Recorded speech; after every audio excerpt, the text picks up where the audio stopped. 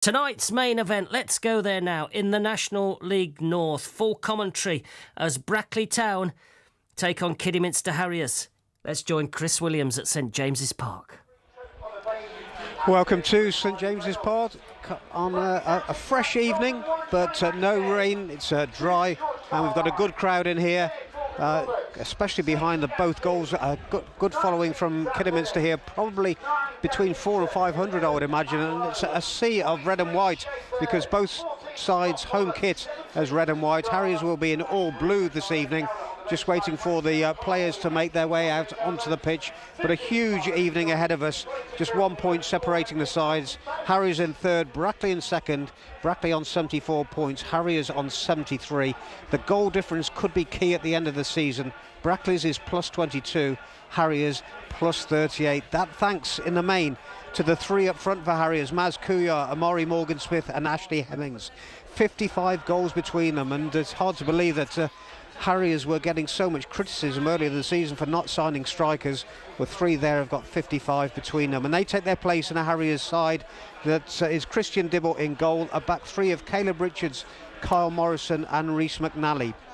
Two changes in midfield: Cam Candola and Riley Reynolds drop out, and it's Reece Devine, Zach Brown, David Davis and the fit again David Worrell. And up front, Kuyar, Morgan-Smith and Hemmings. On the bench for Harriers tonight, Tom Palmer, the goalkeeper, defender Paul Downing, striker Ben Beresford, striker Toby Obadei comes back in place of Charlie Lutz and Riley Reynolds. The home side have got Shane Byrne, the former Harriers captain, in their midfield, and they line up with Johnny Mexted in goal, George Carline, Gareth Dean, Zach Lilly and Ricardo Calder. Justin Donovan, Shane Byrne, Scott Pollock is back in the side today, just one change for them. He comes in, 9 goals so far this season, and Morgan Roberts, Danny Newton and Matt Lowe. And on the bench for the home side, rather surprisingly, Connor Hall, who scored 17 goals this season, Tommy O'Sullivan, Tyler Little, Miracle Okafor and Alfie Bates. He's the man that drops out of the starting lineup tonight. The referee tonight is Jonathan Musgrave, and his assistants Mitchell Cartwright and Chris Poole. Still waiting for the players to make their way out from away to our right, but it's like I say, it's a good crowd in here tonight, and difficult to see any seats that are free to be taken, and well populated all around the ground. It's a compact little ground here, but it's got everything you need for this level, and it'll be interesting to see how both sides or both managers approach it. Gavin Cowan, the home manager, and Phil Brown, and looking at the fact that they've got Shane Byrne in the one midfield and David Davis in the other, both seem to have opted for experience in there, and it's a case, I think it's going to be very cagey, both sides feeling each other out early on, and it's one, as I said at the top of the programme, that neither side can afford to lose, you feel, with just 1 point between them. But that goal difference for Harriers could be crucial at the end of the season, and a point today would just give them, this is their game in hand, just increase the gap a little bit onto those chasing in the playoff places. So I think it's a case of, you can look up at the top of the table at Scunthorpe, and therefore they're 5 points clear of Harriers at this stage. So it's one thing looking up, but you just want to make sure that you're in the playoffs, and that's about picking up points from here until the end of the season. 6 games to go after this one, and there won't be any eyes from certainly the playing staff or the manager today, but I think for Harriers in general, it'd be interesting to see how Chorley get on at Darlington tonight, because again, if they don't take maximum points there, then it just maintains that gap with the game starting to run out now. So the players are making their way out. The change rooms here are right in the corner away to my right, and Brackley will be in red and white striped shirts, red shorts and red socks, and Harriers led out by Amari Morgan-Smith in their navy blue kit, very smart kit. Christian Dibble tonight is not in his normal pink, he's in all green, and his opposite number, Johnny Maxted, is in sky blue.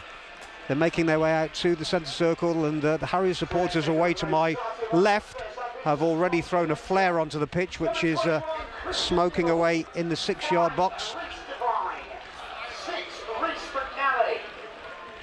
So good to see David Worrell back in the side. How fit he is, whether he's 100% after missing the game against Needham Market on Saturday, we will, well, it remains to be seen, but he will certainly add balance to that Harriers midfield, which they missed when he went off against Scunthorpe, and certainly took them probably the best part of 50 minutes or so to really get to grips with things on Saturday against Needham Market on that right-hand side, when they started with Riley Reynolds, but then the start of the second half just moved him inside, and that did make a difference. So Reynolds takes his place on the bench alongside Topi Abadei, who comes back in, and again I think that's a message that Phil Brown is looking for experience tonight. Charlie Lutz has been on the bench almost well, from the moment he joined the club on loan from Aston Villa, but he's dropped out tonight. He's had a few cameo runs in recent games, hasn't really threatened too much, and I think this is a case where tonight for Phil Brown it's all about experience. Get things blocked up in that middle, give nothing away. If they need to bring anyone off the bench, they've got a bit of experience there with Obadei and Downing, and then the youngsters of Beresford and Reynolds. So the two captains, Gareth Dean and Amari Morgan-Smith, are flipping the coin, and it looks as though the teams will stay as they are. So Harriers in this first half will be cooking from left to right. I don't know if the microphone's actually picking up. It's they've created, the supporters here created a really good atmosphere, and it's probably the best crowd that's as you would expect that Brackley have had so far this season. The Harriers, well, both sets of players going into the huddle. I'm joined by Matty Paddock as ever, and Matty, this is the second week running which we think we'll be living off our nerves for the best part of 90 minutes. Yeah, we've talked about the importance of winning almost every game, really. The big games keep coming, and I remember we thought before Scunthorpe, winning against Scunthorpe, winning against Needham Market, winning against Brackley seemed like an impossible task, but we've done 2/3 of that pretty sizable job, and get 3 points here tonight, and the excitement will continue to build. I mean, it will in any case, in fairness. Let's be honest, we're talking about the absolute last resorts of making do with the playoffs, so let's not be too, I think that wider perspective is important, but any team wants to be involved in a title challenge, and Harriers with a win will still have a sniff. Yeah, so if either side can win, it would be huge here, but I think the first thing is not to lose it. So Harriers will kick off, as I say, kicking from left to right in all navy blue. The referee just checking everything's in order, and away we go. Ball immediately back to Christian Dibble as Harriers now pour into the Brackley half, and Morgan-Smith is under the high ball. McNally pumping it forward again, so both sides just heading it to each other at the moment. Worrell with his first touch outside of the foot down the right hand side, but one by Dean.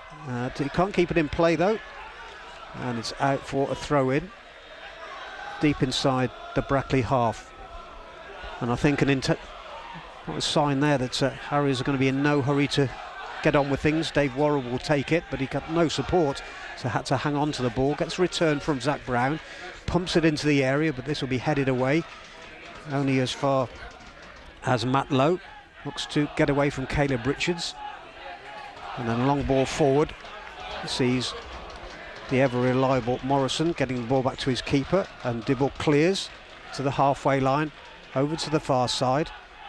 Both sides been just guilty of giving it away at the moment, but an early free kick goes the way of Harriers just inside the Brackley half for the foul on Maz Kuya. Taken quickly, rather surprisingly, by Richards. Now switched to McNally, looking for the head of Morgan-Smith, but Dean's beaten him in the air. And now Brown can try and start to build something over on that far side. It's all very tight though, as you'd expect at this stage.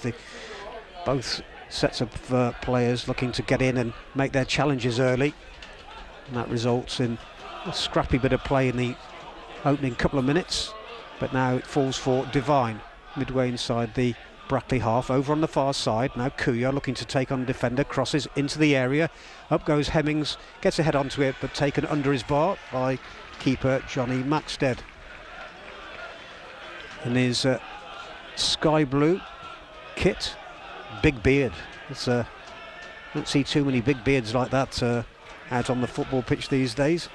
It's a bit like Grizzly Adams. They all look to clear right-footed. Not any great height on it. Bounced to inside his own half, but Hemmings couldn't head it forward. It went behind him, and now Brackley on the attack, just outside the area. Player goes down. Referee said play on. Richards just robbing low there, and it's out to the far side. Davis got his first touch, and there's a pull back on Devine. Referee said play on though. Davis picks up the second ball. Now Morrison deep inside his own half. Finds McNally. Outside him is Worrell. I think Worrell will probably end up playing a deeper role today as they try and hold off the attacks of Brackley.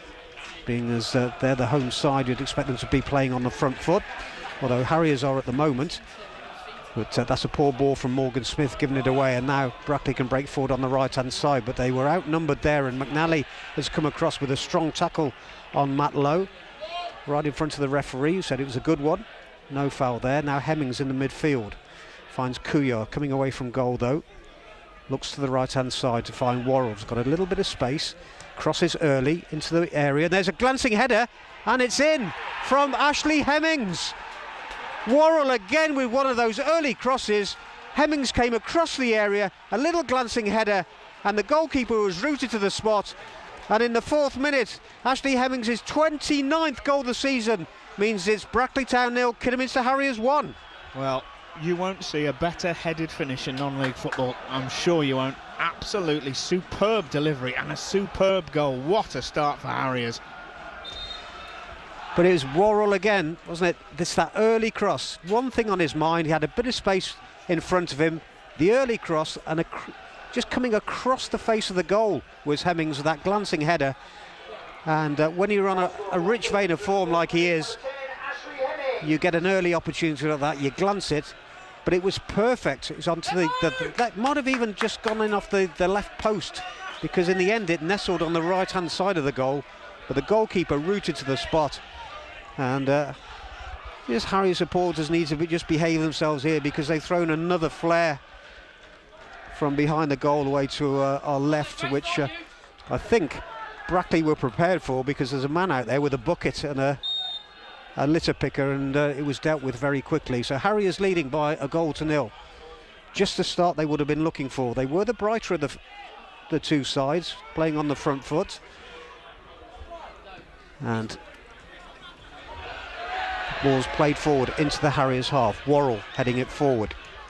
Brown on the turn, plays it forward into the Brackley half. Carline's underneath it, but charged or half charged down by Amari Morgan Smith, but the referee said that just struck the hand on the way through, so it'll be a free kick to Brackley. Well, I think, Matty, we know the value of Dave Worrell. He's been here a short period of time and extended his loan to the end of the season, but what he brings is just that early cross and just getting onto it quickly. I can't be sure how much of a 50-50 it was, or whether it was that great a risk for Dave Worrell, but you'd argue it's worth taking a risk purely for that, really. He's worth a goal a game, and I think that might be something like his 6th assist in 7 games. I think what's important is that they need him out there, that he just plays almost within himself, and as it was a muscle injury, he doesn't just get sprinting up and down that right-hand side. It's hard for a player to do that, but he's so key to this side, of the balance that he brings, and he's almost playing as an orthodox right back now. And they've got that lead. Harries go to a 3 and then to a 4, with Richards pushing out to left back, Worrell coming back as right back. But when they push forward, play with the 3, and then when they're on the back foot, play as a 4, which is the case now. They've got to throw in, and Worrell's push forward more.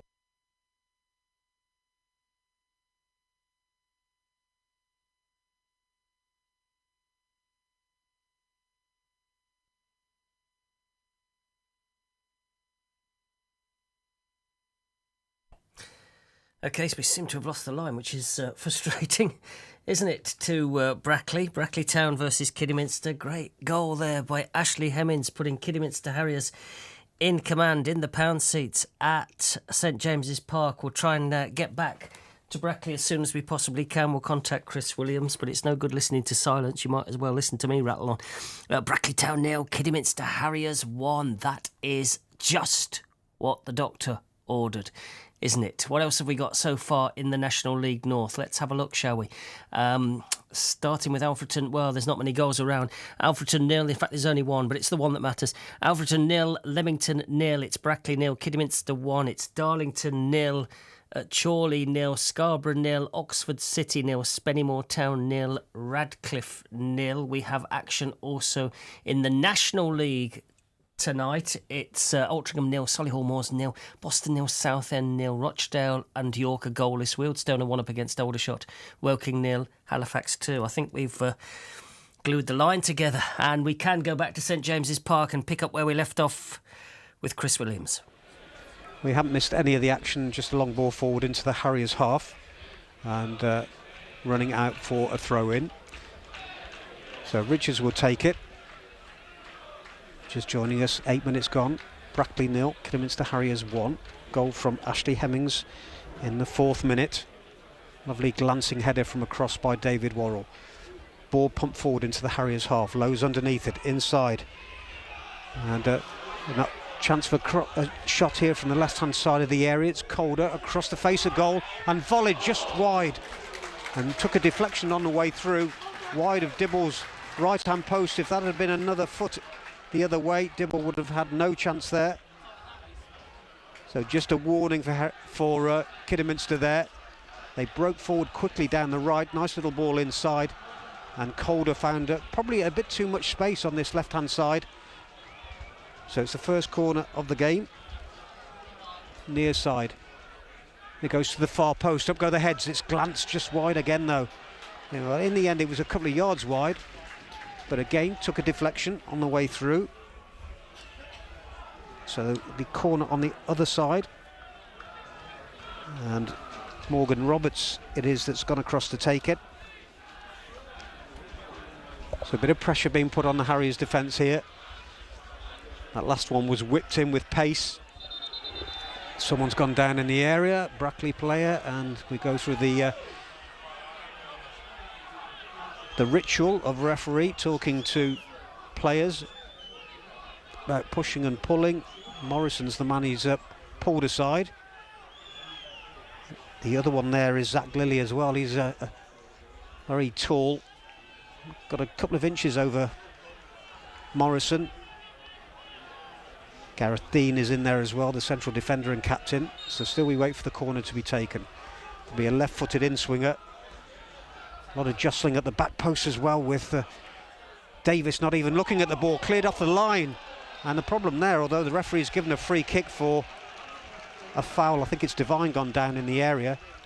There was a pushing and pulling at the far post, and Davis ended up not even looking where the ball was coming from. He was looking at the Brackley man, and in the end just lost him. But thankfully the foul in the middle meant that Harriers got a free kick and can clear their line. 11 minutes gone, Harriers leading by a goal to 0. Dibble in no hurry to take it, placing the ball at the right hand corner of his 6-yard box. And he'll go as deep as he can into that Brackley half. Up goes Morgan Smith, heads it on. Referee said a foul though on George Carline, which it was. Pushed him down onto the ground. So all that does is invite pressure because the ball will be pumped by Shane Byrne. Well, it won't be pumped into the area because he's played it back for some reason to his keeper. So instead of launching the ball into the area, they've had to start from deep, and Johnny Maxted has put it straight into touch on the far side. A strange one that, Matty. Yeah, a little bit shocked, I'm sure, by the early goal, Brackley, but they've responded well now, haven't they? The last few minutes have been theirs, you have to say. Harriers will need a little bit more than having to dig in and defend a 1-0 from here for the better part of 90 minutes. They'll need more. But yeah, good response if you're Brackley, I'm sure, to going behind early to a goal. It looks like it's kind of pretty much hit both posts and gone in, hasn't it? A little bit like the Kuyal one at Agborough a week ago tonight. Ball's back in the Harriers area, cleared by Morrison, but not a good one, and it'll come back again. Byrne, no, turns one way, then goes back and then comes forward again with it. So good play by the former Harriers captain. Ball is switched, but Worrell, in fact, Worrell just lost his balance there, and it's crossed from the left-hand side. It's a deep one, up go the heads at the edge of the area.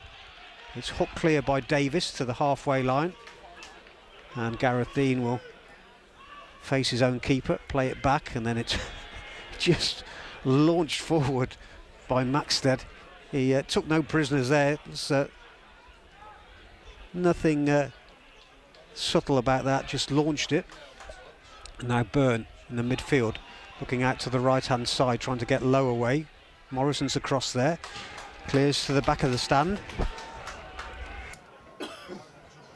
So it'll be a throw in to Brackley, about 5 yards or so away from the corner flag, over on that far side, away to our left, so deep inside the Harriers half.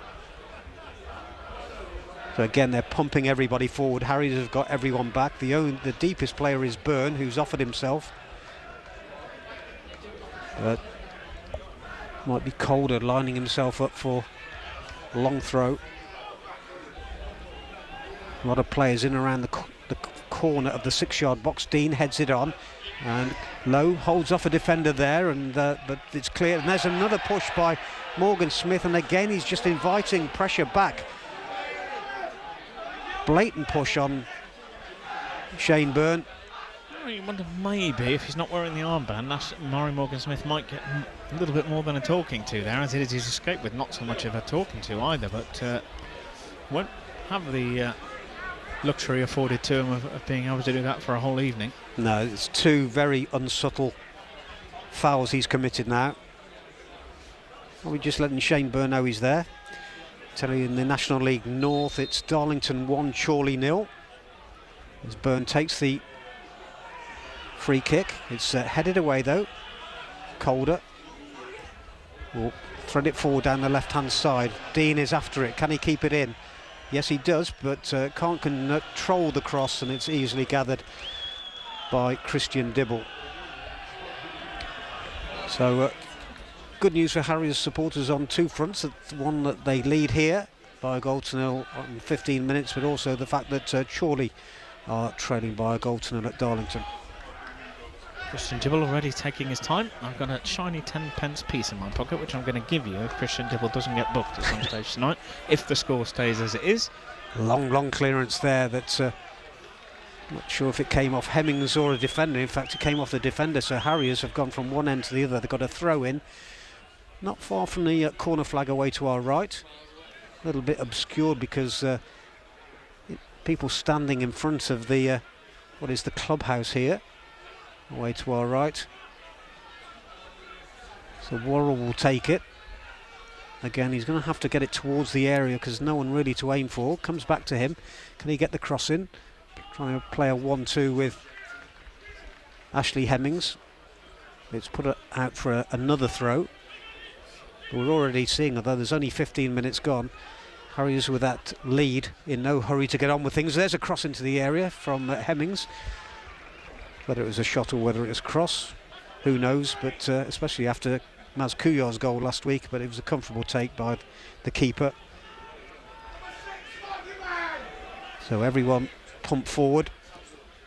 Again, not a great kick from the goalkeeper. Doesn't make the halfway line, gets plenty of height but no distance. And now Kuyar can look to break away down the left-hand side. Outside him is Devine. Can he keep it in play? Yes, no, he can't. It's out for a goal kick. So disappointing ball that from Kuyar, because he was on the charge was Devine, and they didn't make the best of that opportunity. Just a touch too much on it. He wasn't far from being able to sort that one out, Reece Devine, but asked a lot of him. And another chance for Maxted now to sort out his distance. So this is a better one from the ground. Gets a good 60 yards on that, and breaks out to the far side. Danny Newton can't keep it in play. So another throw in, and kind of game where if you had a bet on the number of throws, you'd need to have a fair few on your ticket, because in the first 17 minutes we're probably up to around 15 throws, I would imagine, throw-ins. And there's another one. Spennymoor lead Ratcliffe by 1-0. Ratcliffe, who lost at home to Brackley on Saturday, and trailing again tonight. Throws taken. Morgan Smith can't get on the end of it though, and it was Morgan Roberts that got ahead onto that one. Harriers do win it back, but not fairly, says the referee. So I think that over on the far side, Phil Brown might be barking out that he's probably not too happy with the amount of free kicks they're giving away. No, again, as I say, Brackley arguably in the ascendancy since the goal, haven't they? But they've been the team making the running, spent far longer on the ball inside the opposition area than Harriers have. Harriers defending quite well, nothing too panicky as yet, but yeah, sometimes that can be the disadvantage if there is such a thing as a goal so early in a game. Yeah, you do worry about Harriers with the early goal going back, onto the back foot and inviting Brackley on. There's a lot of goals in this team. We'll just break off because they're on the attackers again, but Brown's won it, and long ball forward, but won't fall for Morgan Smith, so Brackley can start again. Calder out on the left-hand side, but his ball inside was a poor one, and Davis picked up the loose ball. Finds Richards, who crosses the halfway line, then finds Rhys Devine right on the touchline on the far side. Back it goes to Richards. Now Davis, who's playing the Cam Candola role tonight, and playing in front of the three central defenders.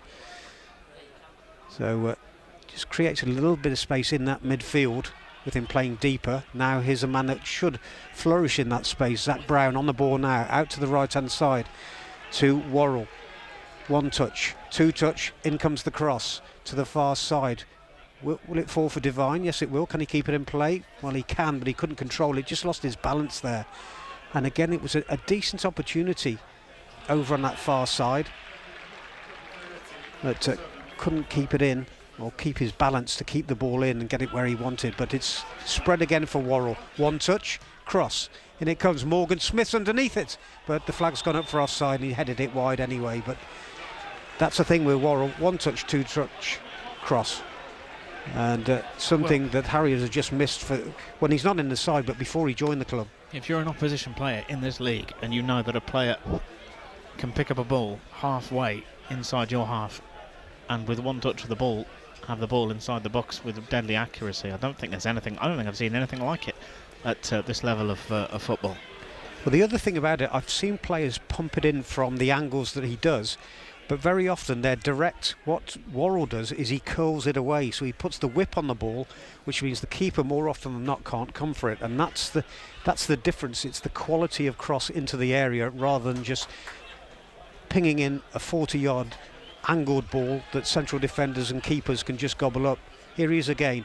Thought about going down the right-hand side and then realised he's 34 years old and probably wouldn't get past Ricardo Calder, so came backwards.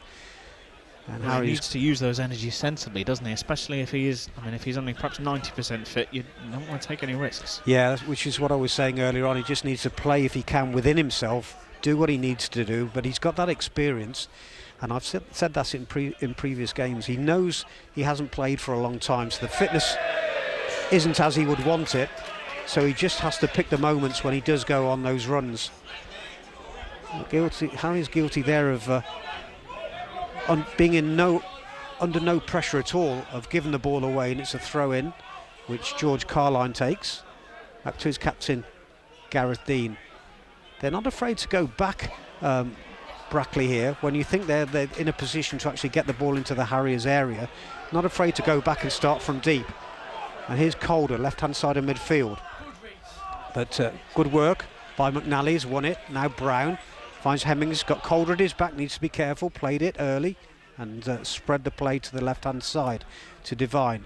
He finds Kuya, who tonight in this opening 21 minutes or so, whereas we've seen him playing on the half turn, tonight he's been more about taking it, controlling it with his back to goal and bringing the midfield players into play. Where he's looked dangerous in recent weeks is playing on that half turn. But he may get that opportunity as the game wears on. Davis in the midfield finds Devine. Back it goes to Davis again, and then now they're back inside their own half. Morrison finds Davis, strides forward, but just giving a little bit of space in that midfield that when Harriers are in possession, Brackley do afford them a bit of space and actually go backwards rather than putting a great deal of pressure on the player with the ball. So throw in over on the far side in front of the Avara Foods family stand.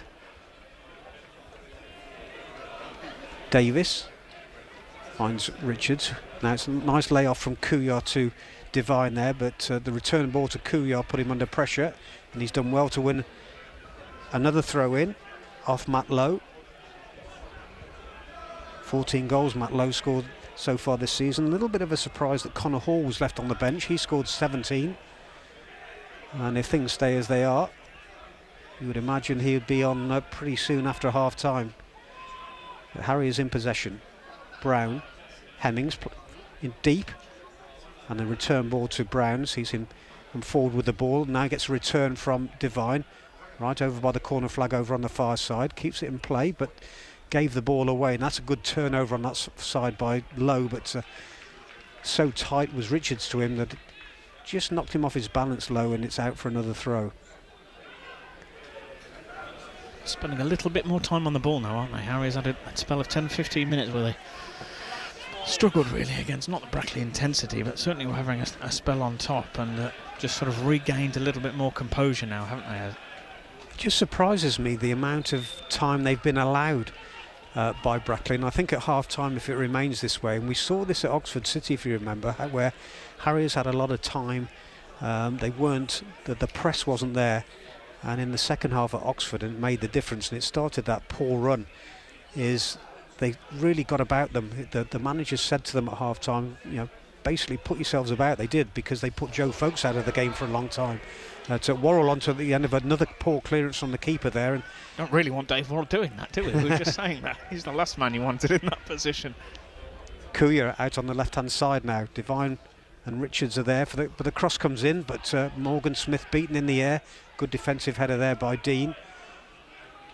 But he's played, I think, virtually every game this season as Johnny Mexted, but I'd be a bit concerned about him at the minute. He's not had a good, half an hour or so. His kicking is really suspect. Some local scores to bring you. It's Bromsgrove 0, Harborough 1. Worcester City 0, Darlaston 1. Darlaston managed by Dean Gill, and taking the lead there against Worcester City. Big game there for Chris Corns' men, finding themselves a goal behind. 25 minutes gone here at St James Park, and the scoreboard away to my right reads Brackley Town 0, Kidderminster Harriers 1. That goal coming from Ashley Hemmings, his 29th goal this season. In the 4th minute, a glancing header from a Dave Worrell right wing cross. But yeah, just going back to the point I was making, Matty, it is surprising that Brackley haven't got that hard press. It's not really, needs must obviously when you need to win games, but it's not really the Brackley way. It's not really how they're conditioned to play, I don't think. At least historically it isn't. Harry's needing to do some defending here and do over on that far side. It's going to be a Brackley throw, and this is, I probably think, will be a little bit more the Brackley way. But that said, when you've got a front three that have now scored 56 goals between them, if you're not pressing, then you're almost inviting pressure onto yourselves at various points. That said, Harriers are the ones defending at the moment. A long throw over on the far side in front of the community stand, where Harriers supporters have taken up the bulk of that. It's a good throw towards the corner of the 6-yard box, but no direction on the header from Gareth Dean, and easily taken by Christian Dibble. 22 clean sheets this season, Dibble, and if he can make that 23 here tonight, it will be a huge result for Harriers. No to caution though, early lead away from home, and they haven't added to it in the 22 minutes we've had since then, and that seems to have been their Achilles heel away from home this season, taking that early lead and not capitalising on it.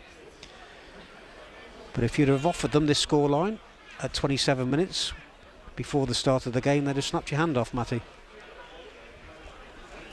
No question, and this is a slightly different Harriers, of course, over the last 6 weeks or so. Probably less than that, actually, thinking about it, and played so many games in that time. But thinking the likes of Worrell and Morrison and Candola playing in that new role, it's a different kind of Harriers, isn't it? And you were mentioning that game away at Oxford City. It almost seems like a different team. And it is the same team, but something a little bit different about them. Yeah, they've certainly got some resilience now, but the one game that they haven't won in this run, as Hemmings commits a foul over on the far side, was at Leamington a couple of weeks ago, where again they took a first half lead but didn't go on and win the game. And as you look at the table at the moment, as well as they're doing in third place, those 2 points they dropped there means that they're 1 point behind Brackley instead of a point in front of them. In fact, what would a live league table look like now with 2 extra points on top of the 3 here, again in a live situation? Harriers would be there or thereabouts at the top, wouldn't they? Yeah, so yeah. Just goes to show even the slightest skirmish.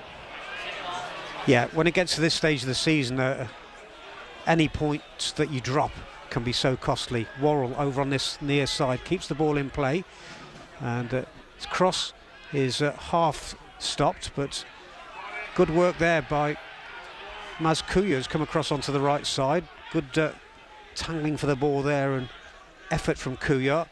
It's a return ball from Worrell, but he's closed down by Shane Byrne. So it's all very tight by the corner flag, but the cross does come in. Goalkeeper fisted away, only as far as Davis, 30 yards out. He'll look to Worrell again. There's the one touch, there's the two, there's the cross. And headed away again, but falls for Hemmings. Appeal for handball, referee said play on. And then there's a chip by Davis that's just gone over the bar. Keeper had it covered, but for a moment or two he was just scurrying back. And good vision there by David Davis. Saw the keeper off his line, but just dropping over the bar. 29 minutes gone. Harriers still lead by a 1-0. It speaks to the unease, I think, with which he's kept his goal. But as you said, not for no more than about half a second, you were a little bit worried about that, weren't you? I think. Yeah. Watching that one come in, it looked a scary moment. His clearance is met by Davis, kept in play over on that far side, all very tight. Hemmings heads it on, but out it goes, and the throw-in's taken quickly. A little bit more urgency about the Brackley play now. I think Gavin Cowan on that far side will be really getting onto his side, wanting that urgency. But what that goal's done, Matty, you can see, you can hear it now. It's gone very quiet around the main parts of the ground where the Brackley supporters are. They've certainly taken the wind out of them. Yeah, it's never been a vociferous home support here at Brackley, but there is a good number in tonight. But ever since the start of the game, because of that early goal, it is only the Harriers fans, of which, goodness, can't quite see, he's probably a good 400 or 500 or so. Justin Donowa on the far side will take the throw in. He's the man with the long throw. Gets good distance down the line there. Headed infield by Matt Lowe. Came off Zach Brown, I think it might have been there. So it's out for a throw. So they've made good ground there. And this will be a good opportunity to get the long throw into the area. Of course, if they do get a goal, it will just give them that lift and then put the doubt in the Harriers players' minds. So important that they see it through these remaining 14 minutes to half time. Donowa it is again in front of the Harriers supporters in that little stand over on the far side, right by the corner flag. It's a good one into the box there, away by Morrison to the edge of the area, hooked forward but not great distance from Hemmings. Comes back again from Donowa. Zach Brown, nice touch from him. Now Hemmings scurries away into the Brackley half. Morgan Smith's ahead of him on the one side. On the other side is Devine, but he holds on to it. Now brings in Devine. Bit of space there. Can he get the ball into the box? It's on the outside. Takes a deflection and behind for a corner. Harriers first of the game. Wondered if Hemmings was about to put his head down and go for goal himself there.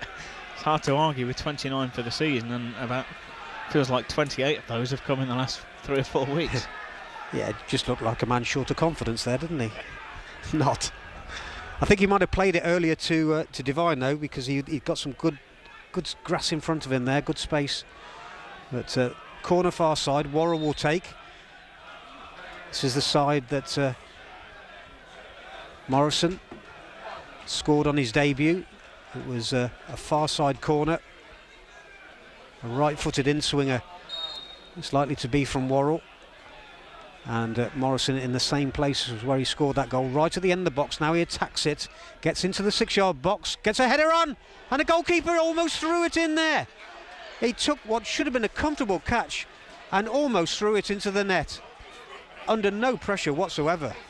I can't believe what I've almost seen there. To be honest, I mean, in fairness to him, it was a good initial save, wasn't it? I just can't quite work out what's happened next.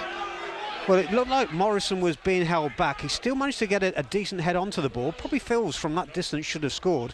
Goalkeeper got hands to it, but should have taken it. And just dropped it. And I thought he'd thrown it in then, but he's got away with it. Harriers have a free kick inside their own half. We haven't managed to see the replay yet. Looks like it was a little further away from his far post than it looked from here. Wasn't quite as close, but even so, heart in mouth. Free kick taken by Worrell has been headed clear. Now Brackley, well, there's a poor touch by Lowe there. It looks as though they're about to get onto the attack, but his first touch was heavy and allowed Harriers to clear and take a deflection over to the far side. So they had the throw as well. So made some good distance, which Richards just trots forward to take as the half-time approaches. 11 minutes to go plus stoppage time. Haven't had any physios on as yet, so shouldn't be too much to be added on as things stand. Harriers leading by Ashley Hemmings' 29th goal of the season. But the ball is on the halfway line. Davis looks to his right, finds Worrell. Here just using that experience, foot on the ball, inviting Pollock to come and challenge him before he then releases it.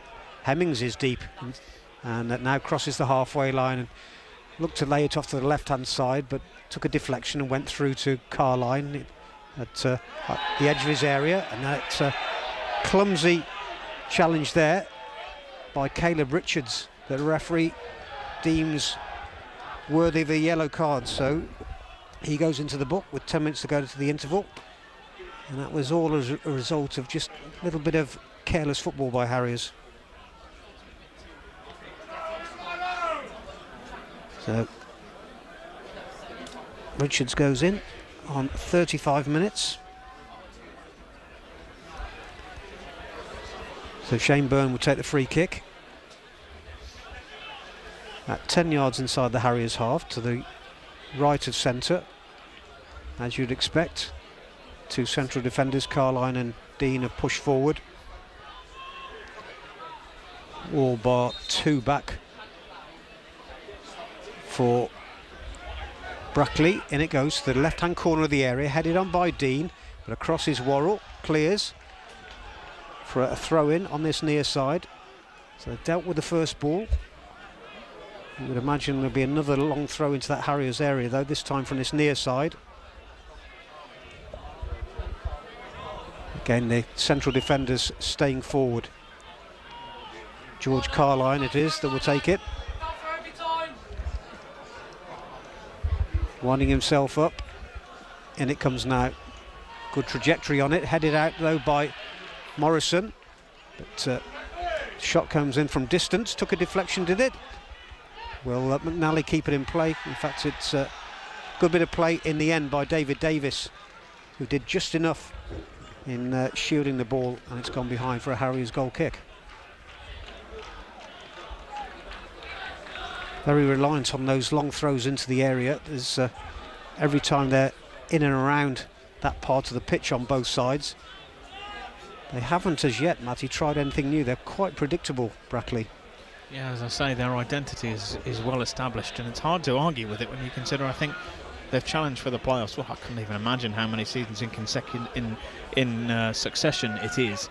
But they're always there or thereabouts because they do what they do so well, so effective. Don't lose too many games here either.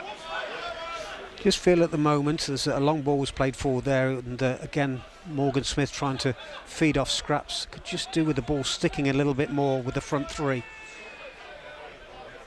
Take some time out of the game and try and create something rather than, as is the case at the moment, which is understandable, just getting rid of it a little bit too quickly. They should have confidence. They're on a good run, but I think it's just the nerves there, knowing how important this game is and not wanting to perhaps take that extra touch, which would, I feel at this stage, stand them in good stead.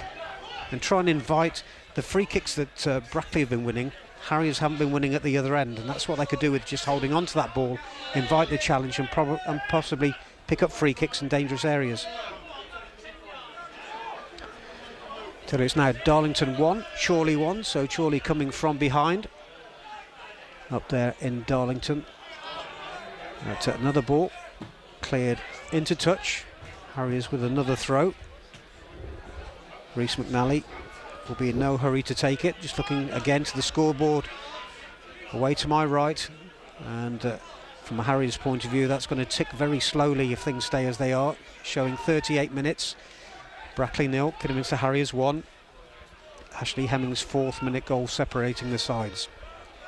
Throw in taken, Kuya can't hold on to it, and that's the point I was making just a moment or two ago. It's those situations where need to be trying to get hold of the ball. Worrell, crossfield ball, intercepted, headed forward, so again giving the ball away. Richards will start again, find Devine, comes forward with it, good challenge there. Referee says yes, play on. Zach Brown with a shot from distance, pulled it wide, and referee just pulling a Brackley player back to him there for the challenge. He was going to blow, but then Morgan Roberts was the man that committed the foul. Brown was in with a decent opportunity, but again ran out of patience really, didn't take the extra touch that he could have done and shot rushed. Too early. Yeah, a bit rushed, he had the time. It's just not sticking up front, is it? That's the big problem I think at the moment. Yeah, and again it's difficult to complain about scoring early. It's a great position to be in. I just wonder mentality-wise whether it kind of settles in that siege mentality earlier than it necessarily has to. Here's Brown picking up a loose ball here, coming forward, making good ground. Devine's outside him on the left, being closed down by Donowa, but now he created space for the cross, but he didn't put it in. Didn't trust the right foot, so he's gone back to Davis. Ball just to the left of centre. Devine back to goal, has forced Davis back. A bit of a waste, isn't it? That? Yeah.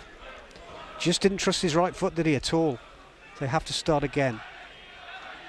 For some reason, Kuya has come across to play almost on the inside right in midfield. Normally a left-sided player, but they've got Worrell over here, so a little bit surprising that he's come over. That's a great turn by Brown, pull down. So that's what I'm talking about. Get forward with the ball. There'll be a booking here for Shane Byrne.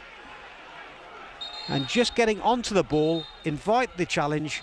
Byrne obliged, he'll get a yellow card, and Harriers have a free kick 25 yards out. Referee's got a bit to unpick here.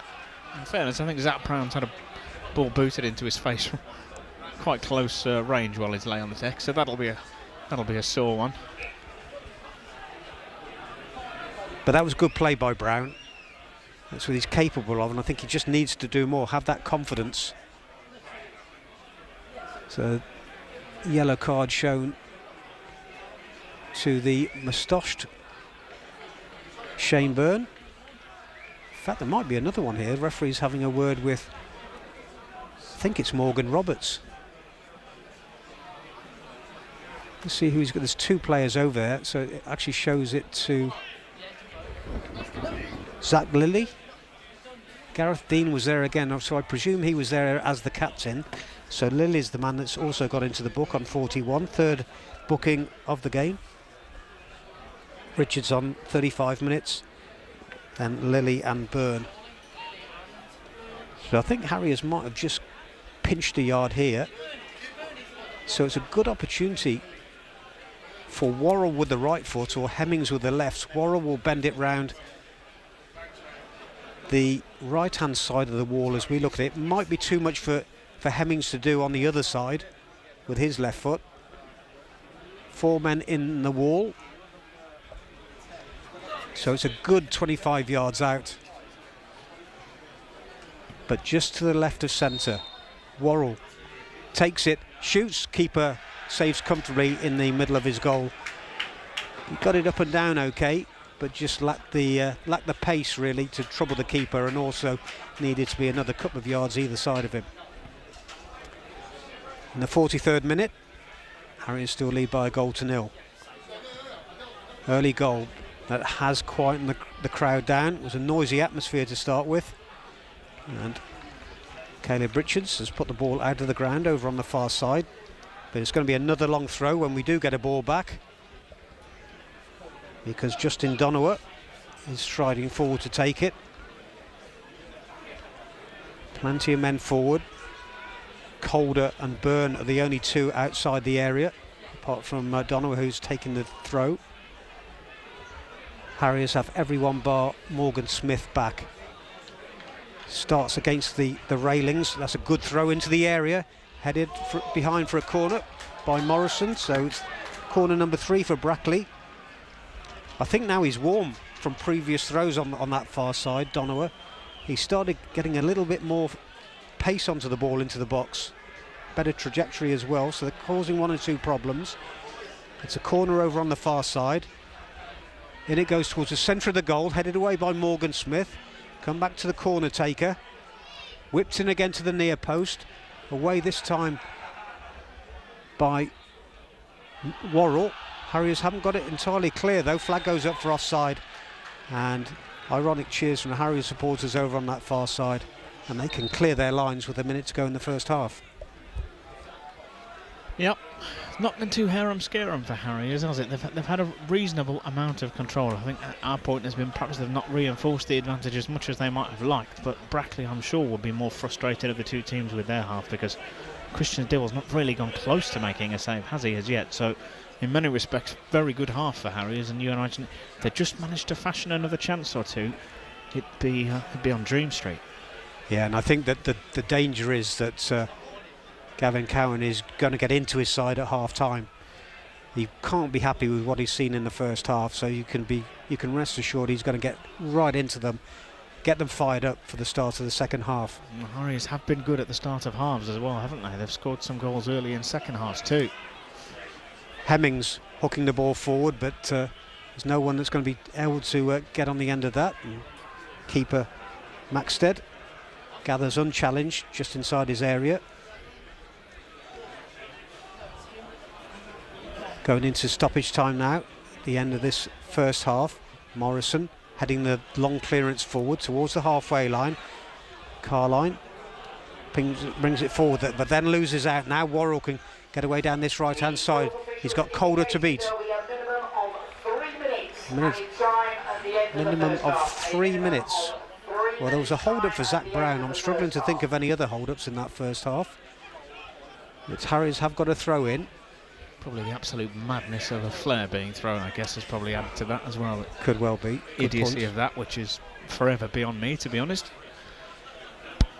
Harriers in possession through Hemmings on this near touchline, way to my right, in line with the edge of the Brackley area. Just holding on to the ball now. Worrell just chips it forward for Hemmings. Can't get away though from the defender, so brings it to this near touchline again. Got a push in the back. Referee though says play on. Now back with Worrell, using his experience again to just slow things down there, but then he's committed a foul. So on the one hand he did well with his experience, and on the other it's a blatant push in the back. And Brackley can start again from deep with a free kick. That's their keeper Johnny Maxted will come out to take. I have to say, if I was a Brackley supporter, I might be a little bit nervous of him coming this far out of his goal to the left hand side to take it, because that's going to have to remain Harriers' hope in for the remainder of the game, isn't it? For as long as they can get the ball inside the final third, there's a possibility of a real mistake there. They have to defend now as the ball is played towards the edge of the area, the Harriers area that is. A shot comes in from distance, and almost desperation there from Yeah. Danny Newton. He's put it well wide. Exactly that. There's so many Harriers bodies back. They had to snatch at the shot, and if Harriers can reduce Brackley to that for the remainder of the evening, they'll be happy. Just looking at Dave Worrell there, he's blowing a bit, which is, I'm happy with that, but he's not walking too comfortably. He was just a little bit pigeon-toed as he was walking forward then. Had 2 minutes of stoppage time as Morgan Smith, under a high ball, can't win it, but did enough to put Carline off. And Brackley concede the throw, which McNally will take with 40 seconds left at the end of this first half. Taking his time, giving the ball a wipe. He'll go straight down the right-hand side, you would think. Indeed he does. Over the head of Morgan Smith. Hemmings can't keep it in. Morgan Smith got the final touch. Has it gone out? The assistant says no. And Harriers finally concede the throw-in.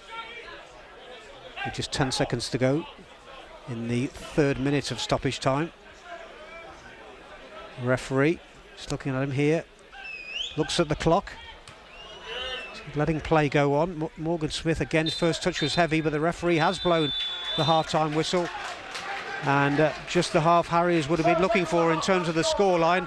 Early goal from Ashley Hemmings, a glancing header from Dave Worrell's cross in the 4th minute. Certainly took the home supporters by surprise. It sucked the life out of them a bit. It's been very quiet. Harriers have dealt well at the back, but I think just maybe a little bit concerned that at the start of the second half, Brackley are bound to come out after them, and they haven't really had a clear-cut opportunity to make it 2. But half-time score here, so far so good for Harriers. Brackley Town 0, Kidderminster Harriers 1. So far, so good indeed. Thank you, Chris. Chris Williams and Matty Paddock at St James Park for us tonight on this match night special on BBC Hereford and Worcester. We're all settled for that. Brackley Town 0, Kidderminster Harriers 1 at half-time. Ashley Hemmings with his 29th goal of the season on 4 minutes from a Dave Worrell cross, of course. And, well, Brackley not really had too many chances. Kidderminster perhaps have had the best of the chances, what with the goalkeeper almost chucking it into his own net. But it's tight, isn't it? And it's going to be a big 45 minutes. So that's the National League North for you. Brackley Town 0, Kidderminster Harriers 1. Also in the National League North, it's goalless at half-time for Alfreton and Leamington. Darlington 1, Chorley 1. Now, Darlington did take the lead over Chorley. This match matters for those at the top. That's Kidderminster and Hereford. Chorley going into the game in 5th place. They went a goal behind, but they have now equalised. They equalised on the half hour, actually. Half-time, Darlington 1, Chorley 1. Scarborough 0, Oxford 0, Spennymoor 1, Radcliffe 1. Spennymoor were a goal down there, but they've equalised against Radcliffe at Spennymoor. So as it stands, Kidderminster Harriers are second in the table on 76 points, just 2 behind the leaders, Scunthorpe. But that's as far as I'm going to take it, because there is a long, long way to go. What's happening elsewhere as far as our clubs are concerned? Well, in the Southern League Premier Central, it's Ulfchurch 0, AFC Sudbury 0 at half-time. Sudbury missed an absolute sitter with 3 minutes to go before the break. 3 yards out, open goal. He put it over the flipping well bar. Well, we're glad he did, actually, because if Sudbury do beat Elfchurch tonight, then it means Redditch United will only be 2 points away from the relegation zone. Currently 0-0 at Lime Meadow, then Elfchurch 0, AFC Sudbury 0. Bromsgrove Sporting are behind at the UK Electrical Stadium. Bromsgrove Sporting 0. Harborough Town 1, a penalty kick for the visitors. The visitors, Harborough, are knocking on the door of the playoffs, so it's a tough ask for Bromsgrove Sporting. They're relatively safe now, and they can breathe easily. But you never know. In the Southern League Division 1 South, it's goalless at Falmouth. Falmouth 0, Malvern Town 0. Malvern unbeaten in 11. A win will take them 4th in the table. It's goalless at half-time.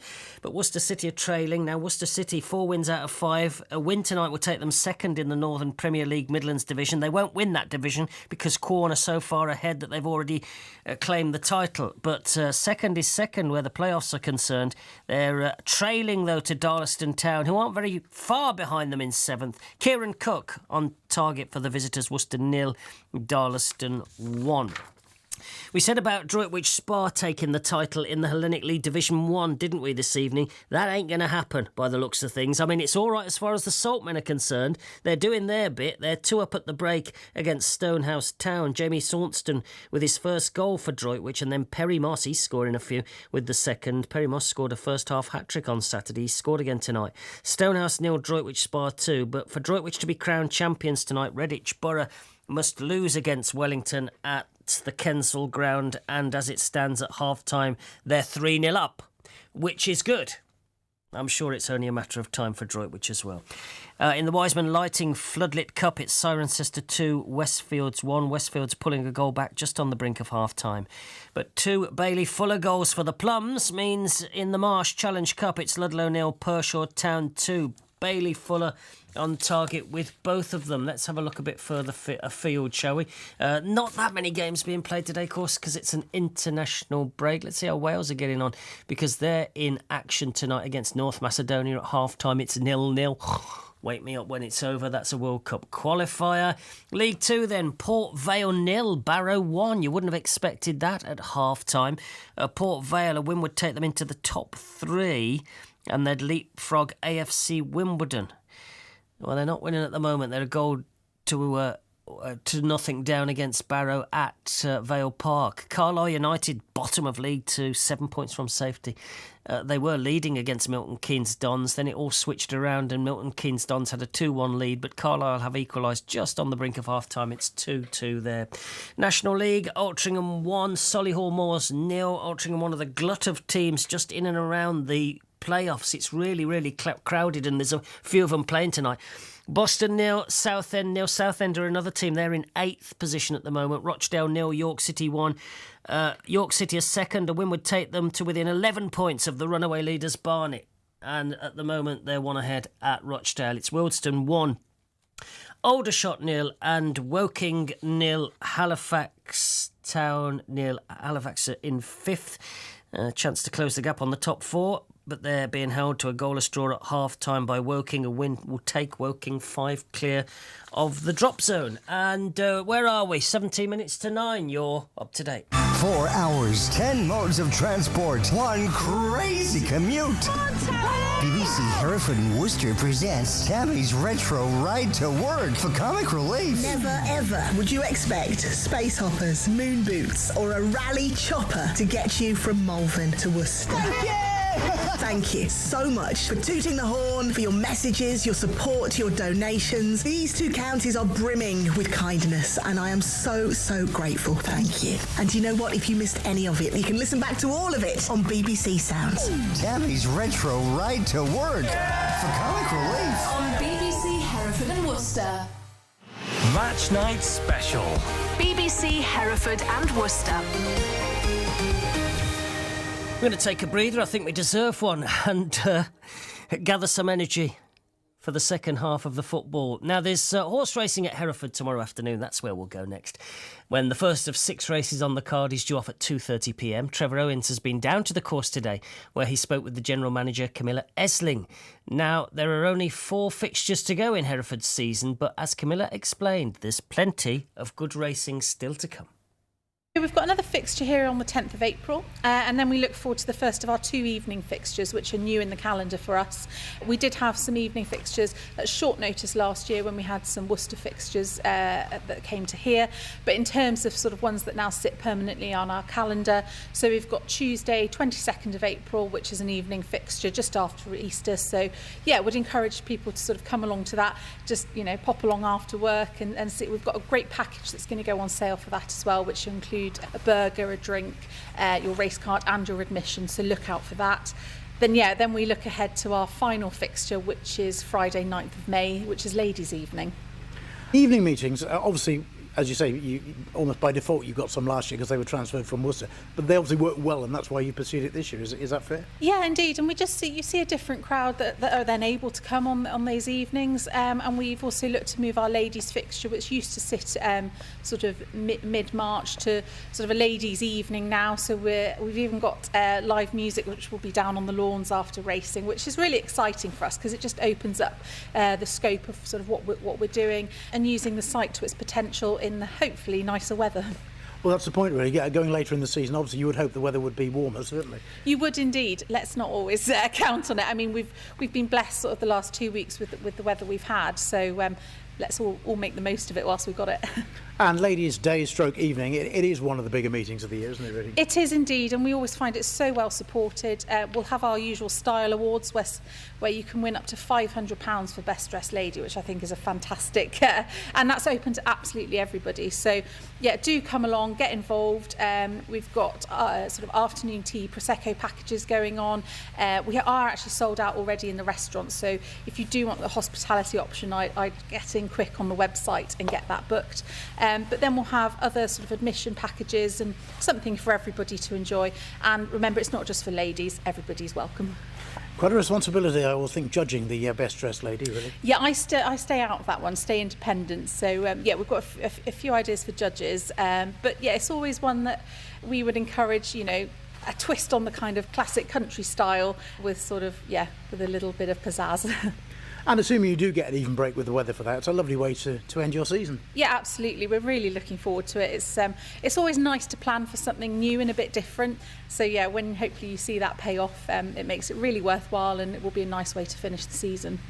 Do you know your fixtures for next season yet? And have you got the same number? How's that looking? Yeah, so we won't really know until the fixture. That process starts in sort of July and confirmed end of August. I think our spread of fixtures has worked really well for us, especially now extending into May. So yeah, we'd look to repeat that, and you know, we'll still have the classics like our Christmas jumper day. That's a firm one in the calendar, and it will probably be here before we know it. Do you bid for those fixtures, or does the group bid, or are you allocated fixtures? I'm not quite sure how that works. It's quite a technical process. In essence, you really sort of stick to the same framework, and then some fixtures, yes, you can then bid on and they get moved around, depending on just what works best for you, really. So a lot of that is data-driven as well as practical reasons. I might have a go in the Best Dressed Lady competition at Hereford tomorrow. She did say it was open to everyone. Camilla Esling there, she's the general manager of the course. They're under starters orders and they're off tomorrow. 6 race cards. First race at 2:30. It's BBC Hereford and Worcester. It's your match night special. We're at half-time in the football. It's currently Kidderminster Harriers leading at Brackley Town by 1-0. Now, remember this name, Amber Anning. Amber Anning made sporting history at the weekend at the age of 24, and in her first season as a professional athlete, she became the first British woman to win gold in the 400 metres at the World Athletics Indoor Championships. Amber Anning, remember the name.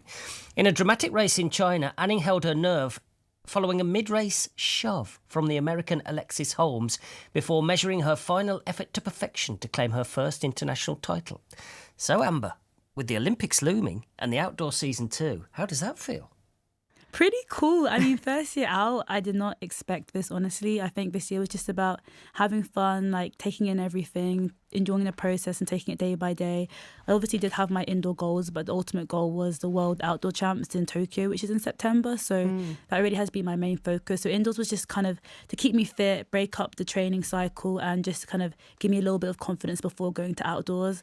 But to come away with a world indoor gold, yeah, I mean, that's just an accomplishment within itself. I'm just proud of myself and proud of my team for getting me there healthy and staying in one piece after Europeans. I mean, what is the difference in terms of training, or like, do you prefer running outdoors? I think, I don't know what it is, but I actually just love indoors because it's kind of more intimate. It's a smaller track, just a smaller environment, smaller crowds. So like, I really just love the hype. And outdoors is just so big to me. Like even at the Olympics, there was no concept of the audience or the crowd. Like it was just my lane, my race. Like I didn't really have time to think about it. But indoors, because it is so close, sometimes you can. But I do prefer outdoors for the most part, just because it is easier to run. Like you don't have that break that you have to get to with the first 200 and the 400. You just have one lane that you're running around the whole time. So especially for athletes who are a little bit taller and long-legged, it's actually nicer on our bodies to run outdoors, and the training is also like nicer just to be in the sun, just have some fresh air and instead of being cooped up all the time. Yeah. So you said that you've got your eye on September in Tokyo. Is that the next point to aim for? Definitely. So as I said, this is my first year professional, so I'm going to be on the pro circuit, which is really cool, traveling to different countries, experiencing different tracks. But honestly, it's just prepping for trials and then making that team and heading out there to Tokyo. So I'm not too sure between my agent and my coach. They've worked out kind of the training program and what I'm going to do this year, but I'm honestly just excited. Like, I just want to have some fun and just stay consistent, get a few wins under my belt, and really kind of just make sure I peak for the right time. Well, you wouldn't bet against her. Amber Anning there. Watch out for her in the 400 metres at the Olympics, and the outdoor season beckons as well. She's the world indoor champion, Britain's first. Rightio, let's get back to the football then, shall we? Let's have a look at the half-times, though, so far. Northern Premier League Midlands Division, it's Worcester City 0, Darlaston Town 1. Southern League Division 1 South, Falmouth and Malvern Town are goalless. In the Southern League Premier Central, it's Alvechurch 0, AFC Sudbury 0, Bromsgrove Sporting 0, Harborough Town 1. And the main event of the evening is about to get underway. The players are out in the National League North. It's Brackley Town versus Kidderminster Harriers. Harriers a goal up at half-time. Here's the second half in full with Matty Paddock and first Chris Williams. Players are out. We're all set to go. Just looking around, I can't see any substitutions made at half-time. Just got to wait as the dugouts are on the far side and the changing rooms are away to our right, so all the support staff have to make their way out across the pitch to the far side.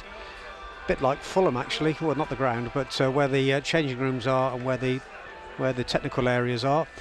But no signs of any changes. Harriers, I could actually see Maz Kuya's out there without a number on the back of his shirt. So whether he had sustained some kind of blood injury in the first half.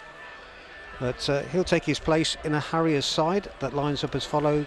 Christian Dibble in goal, back three of Caleb Richards, Carl Morrison and Rhys McNally. In midfield, Rhys Devine, Zach Brown, David Davis and David Worrell. Up front, Maz Kuya, Amari Morgan-Smith and the goal scorer Ashley Hemmings, with Harriers leading by a goal to nil at half-time.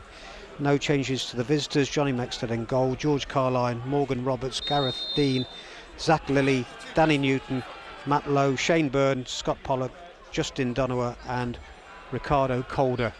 Harriers in all navy blue, kicking from right to left in this second half, and the home side in red and white striped shirts, red shorts, red socks, and they win an early throw in. It should be a long one from Carline into the area, and as I was saying at the end of the first half, I would imagine they'll come out fired up. I think they would have had a rocket at half time. Brackley Town trailing in this huge game, goes towards the near post, headed away by Worrell. But Morgan Smith can't hold on to it and into the area. Player it was Pollock there losing his balance. But no foul, but does go behind for an early corner. So just the start Brackley would have wanted it in this second half, putting Harriers on the back foot. Early corner, which means Lilly and Dean go forward, the two central defenders. Harriers have pulled everybody back, so there's no out ball for them. Corner far side, right-footed in swinger towards the 6-yard box, fisted away by Dibble. Didn't get a clean punch onto it, but enough to put it behind for another corner. So just starting to put a bit of pressure on that Harriers defence, and I can see Rhys Devine has gone down and the physio's been called for, and he's sitting up like Dave Worrell did last week and like Cam Candola did on Saturday, where he seemed to know there was an injury. And it's the universally recognised symbol of trouble, isn't it, when a footballer does that? Yeah, not writhing in agony, not lying down, but sitting up in total control, in the knowledge that he might have tweaked something there. Physio is doing something which is at least a promising sign, because with Candola and Worrell, she didn't try at all. But the player knew on both occasions that their game was run. So there's a little bit of treatment. Devine still sitting down. Referee's having a word with him. Of course, there'll be a man down when this corner's taken. He's walking off okay, so it looks as though he will be back on. Just looking to the far side. In fact, they've made a change, Harriers. So that's an early blow with Devine going off, and that's Topi Abadei that's come on 48 minutes. So an early change there. Corner near side, Dibble's underneath it, takes it at the second attempt. So Obadei, is he going to come across onto the left-hand side? Rare run out for him. I'm not sure if it's the last time we saw him at Farsley Celtic, and he came off the bench. Created a goal for Cam Candola on that occasion, but he's lost that one in the floodlights. Now he gets an opportunity to get head onto the ball. Can't direct it though, and has put his side under a little bit of pressure as Pollock breaks away down the right-hand side. Cross takes a deflection, and off Obadei, and it's gone behind for yet another corner. That's 3-1 by Brackley in the first 3 minutes of the second half. I have to say, he probably wasn't expecting to come on so early, Obadei, but looks though when that ball was played in the air, didn't pick it up in the floodlights, and then when he did get an opportunity with the second header, headed it in the wrong direction. So in comes the corner now. Dibble can't get underneath that. Good head away by Morgan Smith. Back it comes into the area. Takes a deflection off Worrell to the halfway line. And good work by Hemmings, sprinting all the way, putting the defender under pressure, making him pass back to his keeper. Hemmings can't get onto the end of the header because he's in offside position. And McNally, composed play by him, took the ball down, finds Worrell, and Harriers can start again from deep. Hemmings, good touch, keeps it in play by the touchline over on the far side to Couillard. No number on the back of his shirt, looking for Morgan Smith, doesn't find him though, and it's cleared for a throw in on the far side. Well, we've talked about how big these three games were. Scunthorpe, Needham Market and Brackley. Harriers have won 2.5 of those 3 games, if you like, but I've lost a key player in each, so I'm not really sure you can't really make that up, can you? It's reminiscent of the early part of the season. And all 3 have known straight away, haven't they? They've just sat up there, and as I say, no writhing in agony, no lying down. They've just sat up in full knowledge that the game's over. But just a little bit concerned at the moment with Obadei. He's fresh, so he's got to get into the game, but I think he's not too sure of his position over on this left-hand side. Whereas Reece Devine is a very up and down player, and that's what he needs to do. Balls in the Harriers area, good shielding by Morrison, allowed Dibble to gather. But Obadei, for best part of 45 minutes, is going to have to get up and down on this left hand side. He's experienced enough, but he's just got to get into the game quickly. So Dibble with the ball at his feet, about 30 yards out. Clears with the left foot high into the dark night sky. Morgan Smith's underneath it, can't get anything on it though, and it'll be launched back into the Harriers half. And there's a good sprint down on that far side by Lowe. McNally's across there, does enough to just turn in front of him and win the ball back, but under pressure at the moment. Got to be careful here. Just playing it around quite a lot in a dangerous area, and in the end Davis tied it up but conceded a throw in, and it'll be a long one.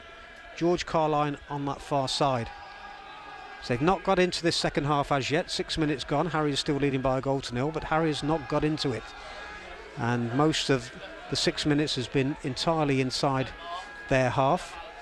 Carline takes the throw, not a long one in the end, and Hemmings is across there winning it, clears, gains a few yards on where the original throw in was, but another opportunity to get the ball into the box, and I don't think they'll go short this time. Carline will launch it into that Harriers area. Couillard's the only man that's left up, so everyone inside that box now. That red and white shirt to aim for. Good header away by Obadei. He'll come back again now to the edge of the area. Byrne on the ball. First touch was a little bit heavy, loses out to 2 men, and now Obadei, left hand side, looking to take on Donowa. Looks ahead, but hadn't got the confidence to take the ball forward. Put his foot on it, waiting for Davis to come and support. He finds Brown, who sweeps it across to McNally just inside his own half. Inside it goes to Morrison, takes his time again. Brown to McNally. This is better from Harriers, just getting a little bit of possession. They're not making any ground, but they're holding on to possession. And it's important that they take some of this early sting in the second half out of the game. It's back with Dibble. just outside his area, to the left of centre. Not a good clearance from him. He sliced it. Obedaid comes to meet it though. Takes it down well. Gets away from one man. Gets fouled for the second, and that's just what he needs to do. Good control. Wins himself a free kick. And again, Harriers can take some time and sting out of the game. Good strength, wasn't it? Good positioning as well. Can argue Christian Dibble didn't get the distance on it he was expecting to, but he kind of made up for it really. Sat up quite nicely for him. You're definitely going to miss Divine on this left-hand side though. Stays tight to the line, but very much up and down. Well, hopefully has with the Worrell and Candola injuries. They aren't too serious. Obviously, Worrell's back inside a week. Not too sure on Cam Candola, but certainly isn't talk of it being hugely disastrous. Richards with the free kick. Goalkeeper, good work by him. Way off his line, punches at the edges of his area and out for a throw on the far side. So a bit more confidence from the keeper there after a shaky first half, particularly with the ball at his feet. And on one occasion almost punched the ball into his own net. It's on halfway line. Long ball forward. That's easily dealt with by Dean. Plays it forward until it's bad news for Worcester City. Then now trail Darlaston by 2-0 at home. But Malvern, better news for them. They've made the long trip to Falmouth and they lead by 1-0. Here at St James Park, Harriers lead second place Brackley by 1-0. 55 minutes gone, but it's a throw in that Donovan will take on this near side. That's a good turn by Brackley player. Gets a shot in that's charged down by Richards there, but really good work by Scott Pollock. You can see why. There's a ball into the box across the face of goal, low. Well, he should have scored. It's been cleared off the line. Harriers were caught then, 6s and 7s in the end. A clearance off the line where Lowe really should have added to his tally for the season. That should have been number 15, but he scuffed his shot. There were 2 decent opportunities, but that's a warning for Harriers. Just went to sleep there, got caught, but not made to pay for it. Ball is back with Johnny Meckstead.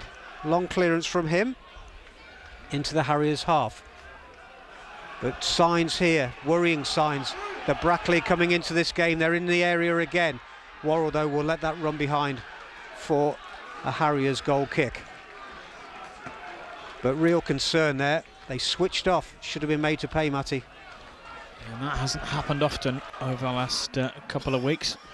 How crucial might that be from Kyle Morrison? Of course it was Kyle Morrison there on the line almost, back to clear it when it looked like the ball, as you said, was going to be tapped in from about a yard. Well, it should have been. Dibble was beaten, but he just didn't get it cleanly enough, and that allowed Morrison to make the clearance.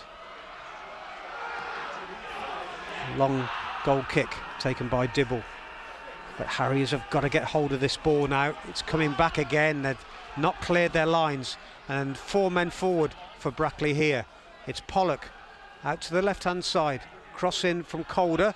Near post. It's Worrell will tidy things up. Right by the byline. Looking forward for Morgan Smith. On his heels a little bit there. Couldn't win the ball cleanly, but now Hemmings, who's gone deeper and deeper, sliding it out to the right-hand side, giving Kuya something to chase, but Dean is across there and tidies up and concedes a throw-in off the boot of Kuya, and the home side get the throw-in. Just looking to see if there's a change being made over on the far side. Referee blew there, but no, nothing happening. They're continuing. Throw-ins taken quickly. It's Donowa on the right-hand side, deep inside his own half. Back to Lilly, comes forward with the ball. Good striding from him, and looks to get Roberts away down the right-hand side, but too much on the pass, and allowed, just trying to see who it is in a Harrier shirt, across there to Morrison as ever to let the ball run, and behind for a goal kick. It needs someone in that midfield to grab hold of things, Matty, now. It's just coming back too easily into the Harriers half. Yeah, we said after about 10 minutes, isn't it, that it's a long night just to dig in and try and defend. The defending is being done with more concern than it was in the first half, wasn't it? Harriers were very comfortable in that defending in the first half. It's a little bit more edge of the seat stuff here. Still dealing with it, but certainly don't want to keep running the risk. something you don't see too often these days at football. A break off as the ball's played forward again, but Richards deals with it. People coming out of the bar behind, but underneath us, carrying glasses of wine and beer in glasses. So very rare you see that. There's a Harriers player down over on the far side, might be Morgan Smith. It was off the ball there because the ball was actually with Johnny Maxted, but Morgan Smith went down. He's just sitting up now. The referee, Morgan Smith, said he's okay to continue, so we'll drop with the ball. We'll start with a drop. The referee giving it back to Johnny Maxted. So we just see subs warming up over on the far side. I think they might need to make a change to try and get hold of something, just hold of the ball in the midfield, Harriers, because Hemmings has come deeper at the moment, so he's not an out. He's more in the midfield as Obadei again gets a header on the ball but can't direct it. Gets a second attempt here, getting the ball down, and Davis will clear. Now Hemmings breaking from deep, is going down the left-hand side. Can he keep it in play? Well, yes, he does at the second attempt. He looked across it, but there was an air shot there, and he's managed to win a throw right by the corner flag away to our left. Approaching the hour mark, Harriers leading by Hemmings' 29th goal of the season, coming in the 4th minute, but they've created very little since then. If they could get a second just to get some breathing space and really put the home side under pressure. But Obadei's given it away there. Sloppy play again. I think he'd made the pass before he'd received it.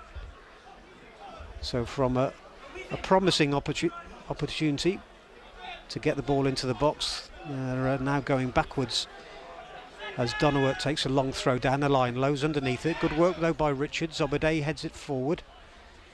And again, it's going to come back into the Harriers half. Long ball forward, looking for Morgan Smith. Doesn't win it again. Lowe's underneath it. Morrison getting some distance on it. Burns underneath it. Head tennis being played by the sides at the moment. Burn with another thumping header forward. Puts Morrison onto the back foot. Gets it back to his keeper. Well, it must have run through. I thought he got a touch there.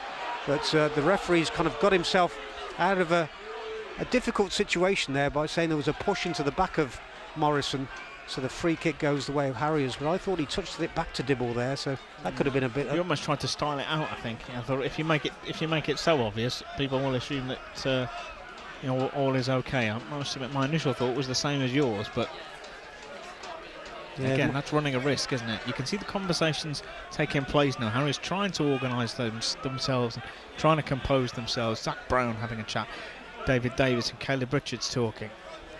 Just looking at the options on the bench with Obadei on, there's Riley Reynolds, who can go into midfield, Paul Downing at the back, and Ben Beresford up front. And I think Beresford might be an option in terms of trying to get some legs up front that can run the defenders round a bit.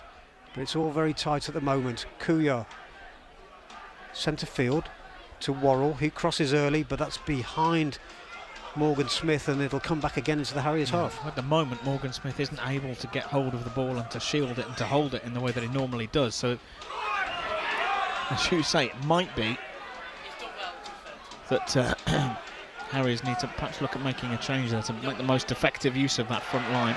They've lost out here and conceded a free kick, have they? Referee said no, play on. The noise in the background can tell you the home side thought it was a foul.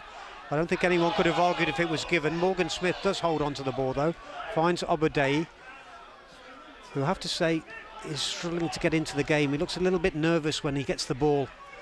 Looks to get rid of it quickly instead of using his experience holding on to it. He'll get another chance here with space around him. Now picks it up, looks ahead. Finds Hemmings. Hemmings' first touch was heavy. Hold on to it though, and now Brown on the halfway line. Out to McNally. Out towards that right-hand side. Outside him is Worrell, but the pass was behind Worrell and just put him under a bit of pressure. They've come out of it again though. McNally to Kuyar. A little bit perplexed as to why Kuyar is out on that right-hand side when they've got Worrell there, and they're a little bit short on this left. I would have thought Kuyar playing in front of Obadei might give him a little bit of protection there. And actually, by playing in front as a free kick has given Harriers way. I would have thought if Kuya was ahead of Obadei, it would push him back and just give them more in midfield. The referee's not happy with something here. I think we might see another yellow card here. There's a clear foul on Kuya. As you say, it seems a little bit imbalanced, doesn't it? But Tope Obadei, in fairness, several weeks removed from any real first-team action. It's going to take a few moments to settle yourself back in. There wasn't a booking, actually. I stand corrected. I felt fairly sure there was one to follow. Worrell will take it, yeah, which is perfectly understandable, which I think that just someone in front might just help him out. But as things stand, free kick's taken, and it's Kuya on that right-hand side, receiving the ball from Worrell, played to the edge of the area. Morgan Smith's gone down with an injury. Referee said play on. Richards heads the clearance forward to the halfway line. Brown, nice layoff to the right-hand side to the overlapping Richards now. Finds Obadei on the left foot, crosses into the box, and neither Hemmings nor Morgan Smith could get on the end of what was a very good cross from really Obadei. good. Just as we were talking, and I'm struggling perhaps to get into the game, he's pulled that one out of the bag from nowhere. Anyone ghosting in at that far post, any kind of touch has too much power on it for the goalkeeper to do anything about it. I think Morgan Smith was just trying to recover from that knock he took, and probably wasn't on his toes. So goal kick, 65 minutes gone. Brackley Town 0, Kidderminster Harriers 1 here on BBC Hereford and Worcester and BBC Online. It's Obadei inside his own half. Good control, then laying it forward, but again beyond Morgan Smith and Hemmings. So it'll come back from the keeper, although Kuya is scampering around up there, putting the keeper under pressure. Obadei under a high ball, and he's those headers just struggling to get any direction on at the moment as the Harriers sub. Pollock looking to get on the end of a long ball, but overhit, and Dibble will gather on the left-hand side of his area. No sign of any movement on the benches over on the far side. But I would have thought both managers are now in the situation they'll be thinking of changes. Well, you've got to be thinking about Connor Hall on the bench for Brackley. You've got to be thinking about Dave Worrell and Amari Morgan Smith on the pitch for Harriers. Yeah, it's such a big game that you want Worrell out there for as long as possible. Harriers, can they create an opportunity? Because you feel if they could get two up, they could they will really take the wind out of the Brackley sails. Hemmings on the left-hand side. Cross with the left foot into the area. Keeper's underneath it, takes it comfortably. Just too much hang on that ball from Ashley Hemmings. Just nothing as yet coming through Dave Worrell in this second half, as they're seeing lots less of the ball. Well, Kuya is on that right-hand side, sliding it forward, but again the direction is wrong. But Obadei onto the loose ball here, just outside the box. Looks outside, finds Hemmings, not a great ball to Hemmings, shoots! Keeper touches it over for a corner. Great shot from Hemmings and a good save by the keeper. That was just going to drop under the bar. He likes it on the left foot, Ashley Hemmings, and connected there. Good work by Obadei. The goalkeeper, who's had his shaky moments, made a really good save there, tipping it over for Harriers' first corner of the half. Easily the best chance of the half as well, isn't it? By some distance. It might be the only chance, actually. Good save. It had real venom on the shot, wasn't there? Yeah, it was. So Hemmings has gone across to take it. Be a left-footed in-swinger. Plenty of blue shirts to aim for. Nice header, but the goalkeeper dropped nicely from just in front. It was right on his line. Header came in from Morrison and dropped kindly for the keeper. Quick clearance that Dibble needs to be careful at the edge of his area. Does well, takes it. Dibble and I think it was Pollock has gone down there, but almost got caught, Christian Dibble, and he had to take the ball cleanly. Had he not done so, might well have been a penalty. Yeah, if the ball runs loose there, I think Christian Dibble's in trouble, but he can tell it was a good piece of goalkeeping in the end, the referee. I think if he's got an area to work on, Christian Dibble, it's balls like that that come straight down, and when you've got a defender running towards him, as was the case there with Caleb Richards, I'm not sure they were on the same wavelength, that the communication is entirely clear. He took it well, but they just had that split second where you think he's not going to go for it. He's waiting for Richards to clear it. But Morgan Roberts is the man that's down, getting treatment. Harriers players have gone across to that far side to get instruction and drink. And in fairness, so have the Brackley players. And Phil Brown and Neil MacDonald, I think, will just be trying to make sure, instill in them, they've got to get that discipline, not give away silly free kicks when they've got the ball, hold on to it, and just hope that they get the odd opportunity to make the game safe in these remaining 22 minutes.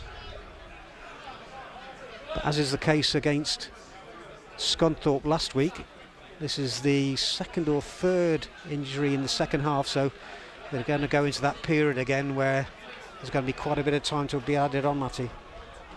Yep, added to that some substitutions as well, which will surely follow. I think we're definitely about to have a Brackley one. Just saw one sub remove his bib, so that's going to be added on to the lot as well. Well, Roberts is gingerly making his way off on the far side. So Connor Hall, you would imagine, will come on. That's going to give him a real threat up front. So it's Hall coming on 70 minutes. And he's replacing Morgan Roberts. So 31 goals they've got now with Lowe and Hall coming on. So is it going to? This will be a test for Harriers here, because you would imagine they'll play three up front now, Brackley, yep. But it will create a little bit of space in the midfield. It will have to. I mean, that's the one plus side Harriers are going to have to try and exploit. When they have spent time on the ball in the second half, they have looked dangerous. Dave Worrell's gone off, and Paul Downing has come on. So that means McNally has pushed forward, still playing with the back three. Downing has gone to the right side of a back three, McNally into the right hand side of midfield, but you imagine with playing three up top, if that's the place, they're going to have to play a back four, which means McNally will go in at right back. But that you do get the you have the fear that Harriers are just going to be pushed back here. So Worrell lasted for 70 minutes, had a hand in the goal, but it's less visible in this second half, as you would imagine, and Harriers having to defend here. Brown has given away a corner, fourth corner of this second half for Brackley. They're starting, you feel, to just get a little bit of a head of steam here, and Harriers again have pulled everybody back, so they've got the height in there with Paul Downing. But you just wonder where the outballs are going to come from now on both flanks, with Devine going from the one side. He was injured early in the second half. In comes the corner. Dibble doesn't get hold of it, looking to take that in his midriff, and it somehow took a touch away from him. It's cleared to this near side for a Brackley throw that Donner will take. Looked to be on his heels a little bit there, Christian Dibble. Not sure how it was, how it got away from him. But here come Brackley again. Donner heads the ball towards the edge of the area. Harriers struggling to get it clear. It's Shane Byrne, bit of control from him, slowing things down, but then Donner guilty of taking his eye off the ball. It was a simple pass from Shane Byrne, and Donner, in looking to control it, was looking away, lifted his foot, and the ball went out for a throw in. Another substitution being made, in fact double substitution for Brackley. So you would feel this is kitchen sink time for them. Try and see the number being held up. Looks as though one of them might be Alfie Bates. Shane Byrne is the man coming off, the former Harriers man. So he makes his way over to the far side, but really he should have come off this near side. So he's only killing his own time there. So one change is made. And the other one, so 23 on 27. We've got Connor Hall on. I think, not sure what's going on with the fourth official over on that far side. Bates is definitely on. Hall is definitely on. And who's this one? Can't even see anyone that's gone off yet. Still we wait for, it's Calder going off. So Ricardo Calder from the left-hand side of midfield has gone. How long can it take to adjust that board? And Tyler Little, is it, that's come on? I'll just wait for him to turn around because I'm sure it was the wrong number that was held up over on that far side. But the reason I'm thrown, well, we'll try and break that down for you in a second. The throw-in is taken. Hall is definitely on. I'm fairly sure that is Connor Hall. It is, isn't it? Who's just come on. So yeah, I'm like you, I'm a little bit lost now. Because they announced over the PA he was the sub that came on first of all, but he's back on. Stocky looking striker. 72 minutes. Number 23, Shane Byrne, and 3, Ricardo Calder going on. Free kick. Harriers have given away. 27, Connor Hall, and 8, Alfie Bates. The break off there because I cannot compete with the PA man here. Right. It's one of the loudest I've ever known. And so who did come on earlier for Brackley? That would be the question. I'll try and break that down as Harriers win the ball back. Hemmings, now he's got a run from Brown, left-hand side, approaches the area, but the ball just clipped his heels. He's gone down now, and Harriers have got a good opportunity, which they don't really deserve because that was poor play by Donowa because he'd lost the ball. In a good position, Zach Brown, the ball just clipped his heel, he'd lost it, and then inexplicably Donowa gave the free kick away, so this would be ideal if Worrell was on there for a right footer to curl it, but he's not. So try and find that third sub in a moment, but still the chance that Hemmings might be able to bend this around the outside of the wall, but he's got a lot of work to do. He's got to get a lot of curl on it. It's about 22 yards out, but the way he's lining up, he's more like a rugby place kicker. He's paced it perfectly, put his foot alongside the ball, in it comes, and it's in! No, it's off the line. It came back off the underside of the bar there. Brilliant free kick from Hemmings. It looked as though it had gone just beyond the crossbar, but it came back onto the line and put behind for a corner. So close, such a narrow margin. Great effort from Hemmings. Corner near side, 75 minutes gone. Harriers still lead by a goal to 0. Kuya with the corner. Near post, touched on but not goalwards, and it's cleared. Out to this near side. Brown picks up the loose ball.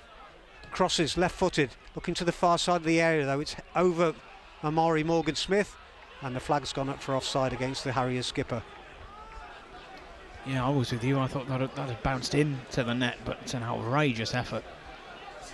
The things that almost come off for you when you scored 29 for the season. Well, he lined it up. He had one thing on his mind, and said it was like a rugby place kicker, wasn't it? The way he put his foot alongside the ball, went back a couple of paces, and really whipped it in. But Tyler Little, I think, might be the other Brackley player to have come on. Did we have him as already having been on? I think he's our man. Yep. So throw into Brackley. There's the scoreboard away to our right. Says 76 minutes and 45 seconds. Brackley Town 0, Kidderminster Harriers 1. Still Hemmings' 4th minute goal separating the sides. You have to say, that big chance for Lowe, around then, Harriers have weathered one massive storm, haven't they? Yep. It's been a quieter last 3 or 4 minutes, helped by the substitutions and the stoppage. We've seen that pressure off. There will be another wave, you would think. You feel the opportunity, if it comes, is going to be Kuya or Hemmings on a breakaway. Hemmings, belying his years, he looks full of running out there, and almost making it 30 goals for the season, but they're being forced back here. Good work by Morgan-Smith. No, it isn't, says the referee. I thought he won the ball back fairly then against Alfie Bates, but the free kick's been given, and this is an opportunity for Brackley to get the ball into that box. Bates will take it. Everyone back again for Harriers at the edge of that area.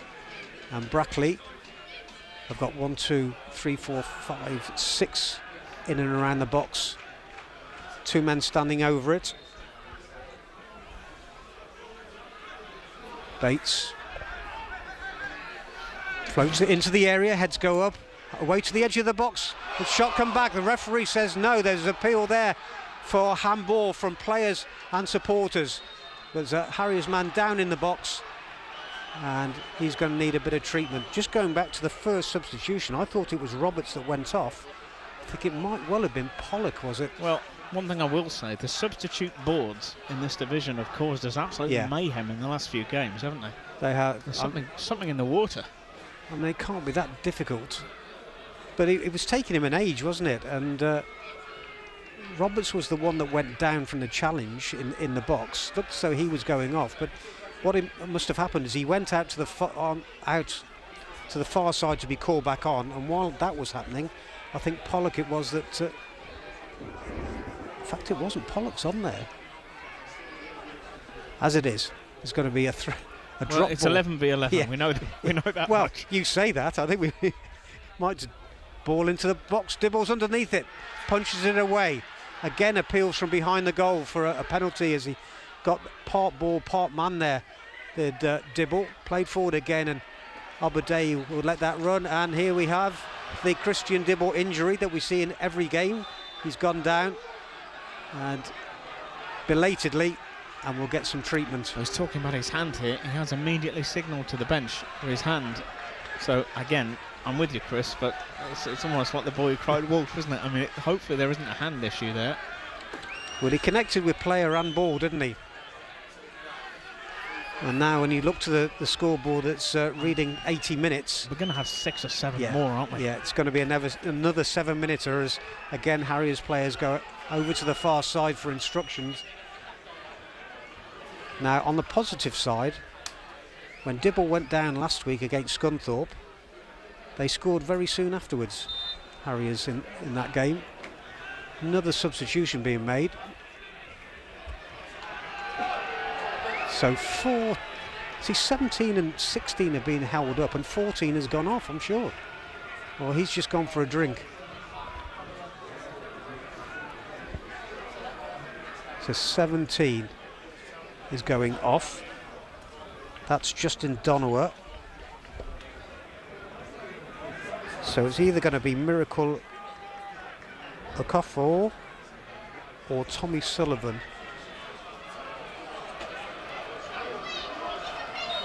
Trouble is, it's over on the far side, and well, Miracle Okafor is a winger with pace to burn, so he'll quickly make himself known on that far side if it is he. But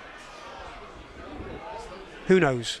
All we know is it's still Harriers leading by a goal to 0. But there, you would imagine these last 9 minutes plus stoppage time is just going to be a wave going from left to right. And can Harriers just nip a ball, get a breakaway and make the game safe? Not at the moment, because they're inside their own half.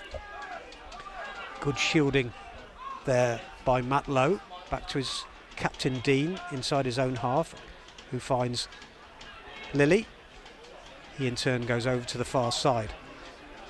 Down that side is Morgan Roberts. Gets away from McNally, but the Harriers player gets back and then is pulled down, and that's just what Harriers needs. Going to be a booking for Morgan Roberts, coming on 82 minutes.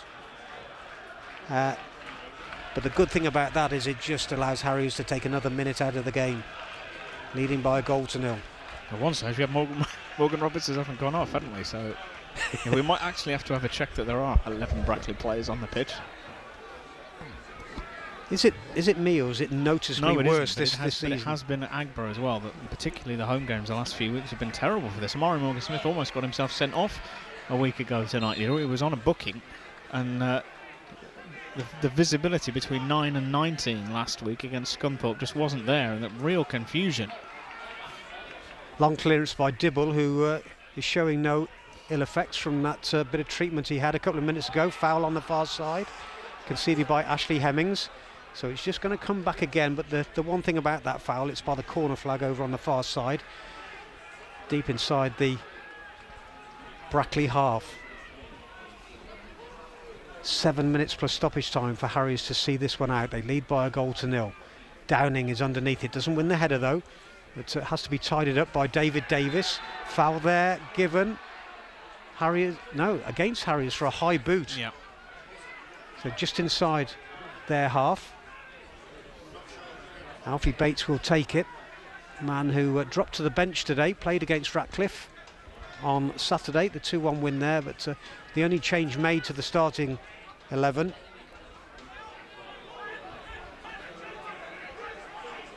Everyone forward here.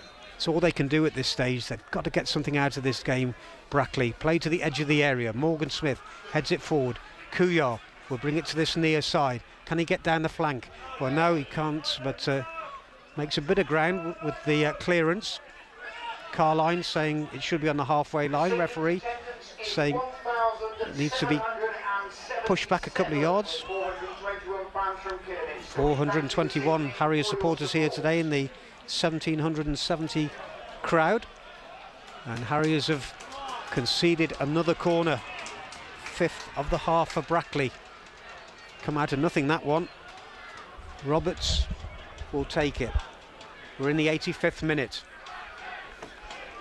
The concern is if they could get one here, they'll have a head of steam, Brackley, and it's going to be a really nervous last few minutes. Not look too comfortable from these corners, Harriers, have to be said. Christian Dibble, the last couple, has struggled a little bit. He's got close attention there on his goal line. In it comes. He's got a half a punch on it towards the edge of the area. Good work by Davis hooking it forward. He sprints after it. Ball will go out for a throw in though. It'll come back again. Throw in on the halfway line. No sign of any further Harriers substitutions. Murray Morgan Smith, I wouldn't say he's running on empty, but I feel like he could really do with a hand. I suppose he's having him there. He's a big man for the set pieces at the back, whereas what I was thinking is whether Beresford or Reynolds, as he did against Scunthorpe last week, will come in and just sprint all over the pitch and put players under pressure. Hemmings has gone out to the right hand side, won himself a free kick. Midway inside the Brackley half, another booking here. That could well be Bates going into the referee's book, so a little bit of frustration there. He's not been on too long. Well, he's walked away from the referee. Referee's wandered over for a chat with himself by the look of it, and I was just realised I think that Bates is nowhere near him. Yeah, so he's waved the yellow card. So who's going to take it? Hemmings has gone across to that far side. Harriers have kept McNally back, but Morrison has gone into the box, as has Downing. And it comes, it's a deep one. Keeper comes, punches away well, gets decent distance on that one, about 20 yards out. And that's good control. Harriers now will have some defending to do. But Richards sprinting after the ball should get plenty on that. He does. Down the line for Obadei. Comes back, and good work from the Harriers sub and getting it back to his keeper, and Dibble clears. Good distance. Morgan Smith underneath it. Leaning on him was Dean. Referee said okay though. And now Kuya finds Hemmings on the halfway line. Back to McNally. Across to the sprinting Kuya. Can he get hold of the ball? No, he can't. It's just being ushered behind by Lilly. But good pressing by Kuya has put the ball out for a throw in. And the final substitution being made for Brackley. Well, if this doesn't create space in the midfield, nothing new, because it's another striker coming on. They've emptied the bench of Hall, O'Sullivan, Little, Okafor and Bates. But with 87 minutes played, it's now or never for Brackley. But as we were saying, there's probably going to be 6-7 minutes added on at the end of it, so it's going to be, I said at the start of the programme, it was going to be a nervous evening. That's the way it's going to be, you feel, with plenty of time to be added on. 7 minutes, number 10, Morgan Roberts going off. So Roberts has finally gone off, and Okafor is on. Throw in to Brackley, deep inside their own half on the far side. 2.5 minutes to go of the 90. Harriers lead by a goal to nil. How big could this be if they can hold on here? They would leapfrog Brackley in the table and move within 2 points of Scunthorpe. Peterborough Sports to come at Agborough on Saturday. but probably about 10 minutes still to go in this game. Harriers throw. Hemmings receives it, skips away from one man, charges down the clearance. It should be go behind. No clearance. That means Obadei has to track back to the halfway line to gather. Goes down the right-hand side, the left-hand side for good space created by Brown. Inside he goes to Kuyar. First touch was heavy.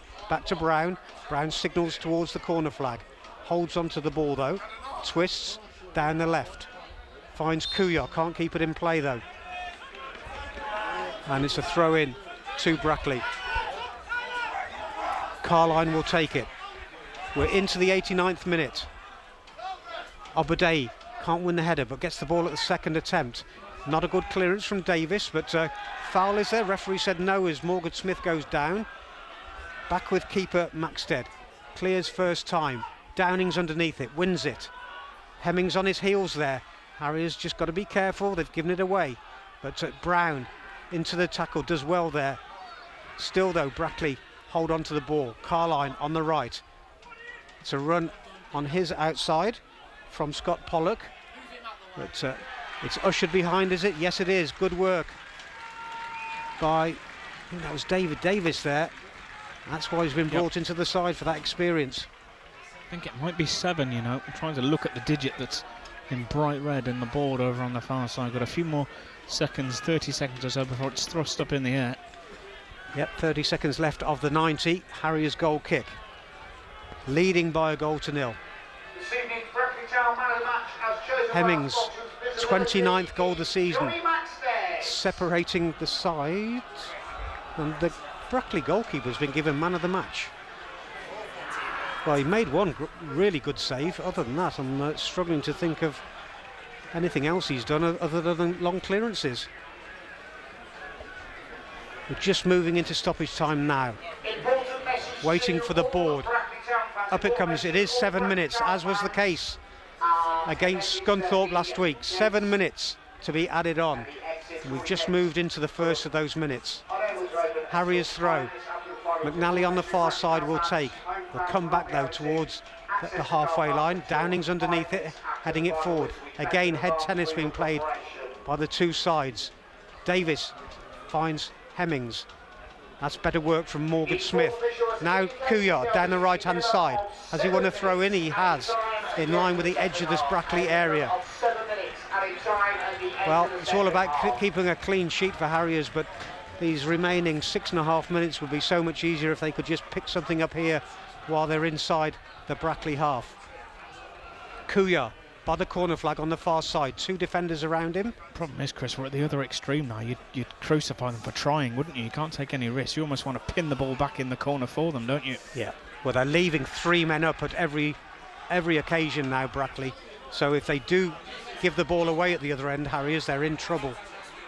It's just all hands to the pump. Red and white shirts everywhere as Harriers track back. Morrison should let this run behind for a goal kick. He does. That's why he's been brought to the club. For all the different things he does, he can read a game better than most defenders in this league. 1.5 minutes of the 7 have been played. Harriers leading by a goal to nil. As things stand, they leapfrog Brackley into second place. Dibble taking his time. I'm sure he'll end up with a booking before the game is out, because he'll take every second he can. And the referee, Jonathan Maskery, will have to have a word with him. Still we wait as we approach 2 minutes of stoppage time played. Good distance. Kuyos underneath it. Doesn't win it though. Morgan Smith can't win it either, and Lilly pumps it into the Harriers half. It'll come back again. Volleyed forward. Downing does well, stretching forward. Pumps it into the Brackley half. It comes back again now. Now Brown. He's got a bit of time and space around him inside his own half. Looks towards the corner flag on this near side, but it doesn't go there. Goes to the right-hand corner of the box as far as the keeper's concerned, where he gathers and clears. Obadei misjudges the header and goes beyond him, and Morrison has to tidy up again, but Richards is across there, concedes a throw-in. Approaching 93 minutes. You feel with the number of men they've got forward, Brackley, they will create an opportunity in this period of stoppage time. Harriers pull back Morgan Smith because it's going to be another long throw into the area from this near side, the Brackley right. Bodies everywhere in there, headed forward. Hemmings chasing after it, won't get it. Back into the area, away by McNally on that far side. Cleared it into the Harriers half, into the Brackley half. Not for long though, it comes back again. Bates, long ball forward. Carline heading it on to the edge of the area. Morrison's across there. Hemmings, good work from him, finds Morgan Smith on the halfway line. Back to Hemmings. They'll look out to the right hand side and find Kuyar. Can he get down that right flank and get towards the corner flag? In fairness to Brackley, they close him down well now. Now Kuyar will get towards that corner flag. Nobody pushing forward to support. He's just going to hold on as long as he can. Loses out though and concedes a throw in, which will be taken immediately. 94 minutes played, 3 to go of stoppage time. But the throw-in wasn't taken. It was, but from the wrong place, so they're having to do it again. Forward towards the halfway line. Davis is there tangling for the ball. Doesn't win it though, but does at the second attempt. Crossfield ball from him. Looks to Obadei, who will surely take it into the corner. He's got enough experience to do that. It's exactly what he's doing towards that corner. In fact, just holding it about 10 yards away.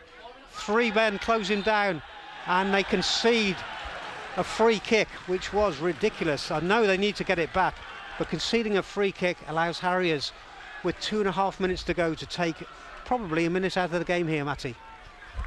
Yeah, can't argue with the game management. Superb so far.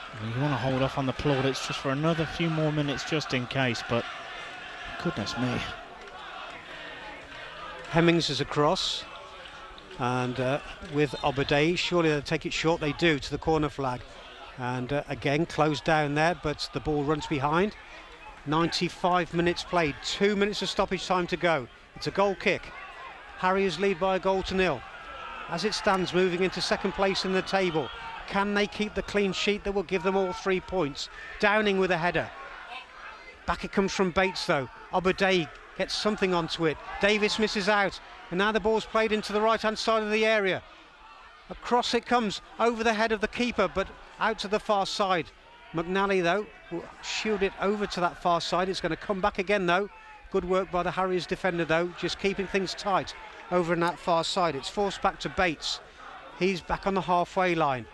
Brown closing him down now.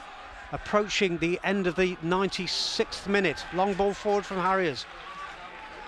Morgan Smith belies his 36 years, chasing after the ball, and well, the goalkeeper dummied it, and it's out for a throw in. We're moving into the final minute of stoppage time. Throw in to Brackley inside their own half, right by the corner flag. It's taken. Now the keeper will clear. Headed forward by Davis, but no distance on it. They're coming again. Harriers being forced back. Edge of the area. Shot comes in. Dibble palms it away, and Richards will clear to safety. Good save by the keeper. 30 seconds left. Hemmings with the ball at his feet on the halfway line. Plays it forward. It's going to come back again, although Morgan Smith is chasing the ball down. Lilly dummies it. Beats Smith. Now will come across the halfway line. 20 seconds left. Out to the left. Harriers pulling everyone back as you would expect. One last opportunity. Can Brackley get the ball into the area? And it comes to the edge. Harriers get half a clearance in, then another. Bates, now 30 yards out. Looks to the left-hand side of the area. Flags up for offside. And we're now had the 97 minutes. 7 minutes played. And that is the final whistle. Harriers have done it. They move into second place in the table, courtesy of Ashley Hemmings' 29th goal this season in the 4th minute. They had moments in the second half where they were indebted to Christian Dibble and Morrison with a clearance off the line, but Harriers have seen it through. It's clean sheet number 23 for Christian Dibble. They go second, courtesy of that goal from Ashley Hemmings. A heroic performance, and Harriers have won it. It's Kidderminster Harriers have won this game at Brackley by a 1-0. Goodness gracious me. I can't stand the nerves. I really can't stand the nerves. Excellent stuff there by Chris Williams and Matty Paddock. They hung on and hung on. And now they're second in the table. Brackley Town 0, Kidderminster Harriers 1. A 4th minute goal by Ashley Hemmings. He scored in the 4th minute and they had to hang on, as I said. But they've done it. That's another 3 points for Kidderminster Harriers, who are now 8 matches unbeaten. 1,777 were there to watch it at St James's Park. 421 of them were Kidderminster Harriers fans. And that trip was well worthwhile. Brackley 0, Kidderminster Harriers 1. It's finished, and it's full time across the National League North. Now let's run through the scores. Not that it matters. We've got the important one. Alfreton 1, Leamington 0. Alfreton getting a late winner there to beat Leamington. It finished Brackley 0, Kidderminster Harriers 1. Ashley Hemmings in the 4th. His 29th goal of the season. Get that statue ready.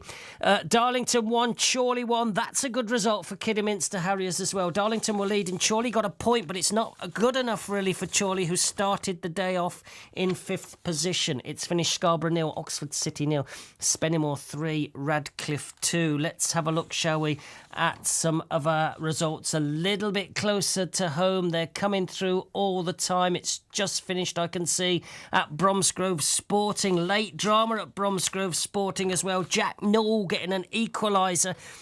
It's finished Bromsgrove Sporting 1, Harborough Town 1. Harborough in front for very nearly the whole of the game. Similar to Kidderminster Harriers, they're knocking on the playoff door, but Jack Knoll getting an equaliser, I should say, just before the death, just before the final whistle. Alvechurch also salvaged a point against AFC Sudbury. Joe Neal put Sudbury ahead at Lime Meadow. Alvechurch got an equaliser through Jonathan Gandu. Good job they did as well, because AFC Sudbury would have made ground on Redditch United at the bottom of the Southern League Premier Central. I think it's finished. Oh, this is disappointing for Malvern. I think it's finished full time at Falmouth. It's Falmouth 2, Malvern 2. Malvern with 2 up and heading into 4th position. There's an own goal and a Sam Clark goal, but Falmouth have snatched a point there. 2 apiece is the final score. Worcester City have missed out on the chance to go second in the Northern Premier League Midlands Division. It's finished there. Worcester City 0, Darlaston 2. Darlaston Town making a lunge themselves to the playoffs. They started the night off in 7th. They'll have made up ground, no question about it. Goals by Kieran Cook and Hayden Carson for Darlaston Town. They've beaten Worcester City 542, I'm just seeing there, at Claines Lane. Elsewhere, in the Hellenic League Division 1, the Magpies of Stonehouse Town have been beaten soundly by Droitwich Spa, the Saltmen, 4-0. Jamie Sortston, first goal for the Saltmen. Perry Moss scored, Alex Dugmore scored as well, and they've added a 4th just before the end, so it's a convincing victory, but it doesn't land them the title, because for that to happen, Redditch Borough would have had to have lost against Wellington, and they've won by 4-2 at the Kensal Ground. It's finished Cirencester 2, Westfields 2 in the Wiseman Lighting Floodlit Cup, and in the Marsh Challenge Cup. Well, the last I heard, I'm not sure if this is a full-time, but the last I heard for sure, it was Ludlow Town 0, Pershaw 3, Bailey Fuller with 2 of those goals, and James Douglas for the second, just waiting confirmation on that one. Look at Scott A.D. Linforth. I say that, I know you can't see him, but I'm seeing the pictures now from the UK Electrical Stadium, Bromsgrove Sporting. That last gasp, dramatic equaliser, very important for them and safety for them from the Southern League Premier Central. Couple more scores then as we round things up, because there have been games in League 2 and the National League today. League 2 is where we'll start. Port Vale 0, Barrow 1. Port Vale, a win would have taken them into the top 3. They've muffed it a bit, haven't they, at Vale Park? Losing 1-0 against Barrow. Carlisle, bottom of the table and stranded, really. But they've got a point tonight. Carlisle 2, Milton Keynes Dons 2 in the National League. It's finished Altrincham 1, Solihull Moors 1. Altrincham down to 10 men. Boston have thrashed Southend United by 3-0. York City have got 4 against Rochdale at Rochdale. York second. That win takes them closer to Barnet, but Barnet's still 11 points clear. They're okay. I wouldn't lose sleep over them. Wildston 1, Aldershot 3. It's finished, and Woking 0, Halifax 0. Halifax, one of the glut of teams just in and around the playoffs. Southend, also one of those teams, but they've been beaten tonight. Halifax have been held to a draw, and Altrincham, the third of those teams, they've been held to a draw as well. Finally, full-time in the UEFA World Cup qualifiers. It's finished North Macedonia 1, Wales 1. Goodness gracious grief, can we catch a breath? 4 hours, 10 modes of transport, one crazy commute. BBC Hereford and Worcester presents Tammy's Retro Ride to Work for comic relief. Never ever would you expect space hoppers, moon boots, or a rally chopper to get you from Malvern to Worcester. Thank you so much for tooting the horn, for your messages, your support, your donations. These two counties are brimming with kindness, and I am so, so grateful. Thank you. And you know what? If you missed any of it, you can listen back to all of it on BBC Sounds. Tammy's Retro Ride to Work for comic relief. On BBC Hereford and Worcester. Right, Theo, let's just catch our breath for a second. It's 8 minutes to 10 o'clock. It's BBC Hereford and Worcester. If you've just switched on, great news. If you're a Kidderminster Harriers fan, Brackley Town 0, Kidderminster Harriers 1. It finished at St James Park. I can go through the table with you. I think we should, because it makes great reading. Scunthorpe still at the top, 78 points from 40 games. Then Kidderminster Harriers second, just two behind the leaders. 76 from 40. They've all played 40 now, the top 7. So Scunthorpe top with 78. Kidderminster follow 76. They've leapfrogged Brackley. Town have 74. Chester fourth on 73. Chorley failed to make up ground on the leaders. They were held to a draw tonight and they've got 68 points. Then it's Hereford. So that Chorley result was a good one for Hereford. Hereford 2 points behind Chorley now in 6th with 66. And it's 66 for Kingsland Town as well. What about a heartwarming story so that we can all collect our thoughts? And this is a heartwarming story.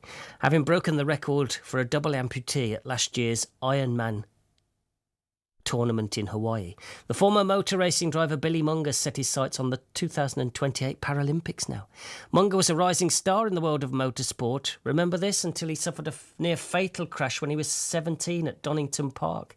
Since then, he's moved into broadcasting. He covered last year's Paralympics in Paris, and now he wants to be at the Paralympics in Los Angeles in 3 years' time. Billy's been telling his story to the BBC's Rachel Burden. Have a listen. And then where I put my focus is to try and make it to the LA Paralympics in the paratriathlon and try and obviously win a gold. So how have you found this shift to endurance sport like this as a para-athlete? It's been a really interesting journey. I remember my first training session for Hawaii for the Ironman, and it was literally get on a bike for an hour and just cycle. And being an ex-racing driver, I haven't got the most amount of patience. So it was a real adjustment to just go, okay, it's not really about how quickly I do this. I just need to put the hours in, and I can't just go faster and think it's going to finish quicker. Yeah, so it's just about literally getting the miles done, just ticking them off. What do you do? How do you distract yourself? How do you stay motivated? Yeah, for me, obviously, the motivation, it comes and goes throughout like a process of training for something for a year. But it's just about being like as disciplined as possible. And at the end of the day, like for this challenge, I was my own engine, and the hard work I put in was directly responsible for the result that I got on race day. So every day that I didn't want to train, and there were a lot of them where I, didn't let the sort of voices inside my head win of, going, oh, we can skip this session. Every day I kept my word to myself. That was really important to get me to end up breaking that world record. I mean, when you look at the distances, just to remind people, so an Ironman is 140 miles in total. That's a 2.4 mile open water swim, a 112 mile bike ride, and then the marathon, 26.2 miles. In comparison, the triathlon will be a breeze, won't it? Everyone who's sort of in that world kind of knows how different of a challenge the Paralympic distances are, because they are a lot shorter. There's no getting away from that. It's a 750 metre swim, it's a 20k bike instead of 180, and it's a 5k run instead of 42. So the distances are a lot shorter, but the speed and the power and the effort levels, it's basically all out, flat out racing for just over an hour, compared to an Ironman where it was 14 hours of pure just trying to survive and just pacing myself through it, because your body can't handle more than that. So it almost feels like, as much as I've spent a year doing triathlon now and I know the 3 disciplines, that I'm starting again. But that's the part that excites me, is like how much learning I've still got to go on, and how much improvements are needed to be found to make it to the Paralympics first of all, and then to be challenging for a medal. I mean, what a fantastic lad he is. Billy Munger, the rising star in the world of motorsport before tragedy struck at the age of 17 at Donington Park. He was a double amputee after that, but he's won the Ironman tournament in Hawaii, and now he's going to have a crack at the Paralympics in Los Angeles in 3 years' time. And that lad, honestly, whatever he does it so well, including broadcasting. We wish him well for the future. Just gazing at this table, this National League North table, 7 matches to play. It couldn't be any closer. For Kidderminster, the top of the table is beckoning. For Hereford, the playoffs are beckoning. It's going to be such an exciting last, 5 or 6 weeks. Easter, can you imagine that? Hereford versus Kidderminster. Someone's got to give there. Anyway, the point of the matter is, Kidderminster Harriers have leapfrogged Brackley Town, and now they are within touching distance of the top. 78 for Scunthorpe, 76 for the Harriers, 74 for Brackley Town. A wonderful, wonderful display by Phil Brown's men at St James's Park. Beautifully called by Chris Williams and Matty Paddock, I think. I know you'll agree. And now I'm going to say it all over again, because here are the closing headlines. But you can't say this too much, can you? Kidderminster Harriers up to second in the National League North table after a nerve-jangling 1-0 win at Brackley Town. I could barely stand it. I was up and down like anybody's business. The victory means it's 8 unbeaten for Harriers. They're just 2 off Scunthorpe at the top with 7 matches to play. Here's the moment. Ashley Hemmings' 4th-minute goal is 29th of the season. It was the difference between the 2 sides. And here's the second when it went in. Couillard coming away from goal, looks to the right-hand side to find Worrell's got a little bit of space, crosses early into the area. There's a glancing header, and it's in from Ashley Hemmings. Worrell again with one of those early crosses. Hemmings came across the area, a little glancing header, and the goalkeeper was rooted to the spot. And in the 4th minute, Ashley Hemmings' 29th goal of the season means it's Brackley Town 0, Kidderminster Harriers 1. And that was it. 1,777 watched it, 421 are on their way back to Kidderminster with a big smile on their faces. Elsewhere in the Southern League Premier Central, Alvechurch snatched a point in a 1-1 draw with strugglers AFC Sudbury, and Bromsgrove Sporting left it late. They got a draw as well against playoff-chasing Harborough Town. A good point. Jack Knoll, the goal scorer, with the last kick of the game very nearly. On Saturday, by the way, it's Bromsgrove Sporting at Redditch. That'll be a game. Elsewhere, Worcester City missed the chance to go second in the Northern Premier League Midlands Division. They were beaten 2-0 at Claines Lane by Darlaston, who are making a lunge for the playoffs themselves. Malvern Town will be kicking themselves. They were 2 up in the Southern League Division 1 South. On their way to 4th in the table, but they were pulled back by Falmouth. It finished 2 apiece. Still, the Hillsiders are 12 games unbeaten, and they march on strongly. And goals by Jamie Saunston, 2 for Perry Moss, and Alex Dugmore means Droitwich were in touching distance of the Hellenic League Division 1 title. They beat Stonehouse Town by 4 goals to 0 tonight. Only a matter of time for them. Well done to the Saltmen. Thank you for your company on this Match Night special for a Tuesday evening. I'll see you back on the radio tomorrow at 10 o'clock in the morning. For now, what's left of it, have a great night, and up the Harriers! Night.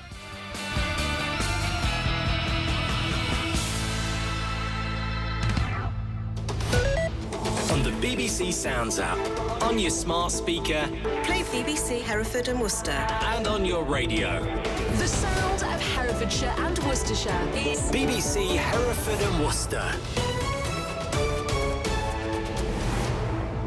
At 10, with the latest BBC News, I'm Alex Seftel. The US government's been described by its opposition as sloppy, careless and incompetent after a journalist was added to a sensitive group chat of officials. The journalist claims to have seen plans to bomb the Houthi rebels in Yemen. The White House says no classified information was shared. Democratic Senator Mark Warner has been among the critical voices. Highly sensitive, likely classified information. Supposedly even included weapons packages, targets, and timing, and included the name of an active CIA agent. All these senior folks were on this line and nobody bothered to even check Security Hygiene 101. Who are all the names? Who are they? The Transport Secretary has approved plans to build the Lower Thames Crossing, a £9 billion road connecting Kent and Essex. The project includes the building of the longest road tunnel in the UK. The infrastructure correspondent at the Financial Times is Jill Plimmer. She says questions remain about how it'll be paid for. Will it be privately financed, which is what Rachel Reeves, the Chancellor, has indicated, or will it be paid for by taxpayers? I think either way it will be a toll road like the Dartford crossing, but it's how it's financed and funded while it gets built that's that question. Hundreds of people have taken part in the largest anti-Hamas protest in Gaza since the war with Israel began, taking to the streets to demand the group step down from power. Masked Hamas militants, some carrying guns, intervened to disperse protesters, assaulting several of them. Birmingham City Council has reminded people of their legal responsibility to pay council tax amid problems over rubbish. Around 350 bin workers, part of the Unite Union, are striking over pay and working conditions.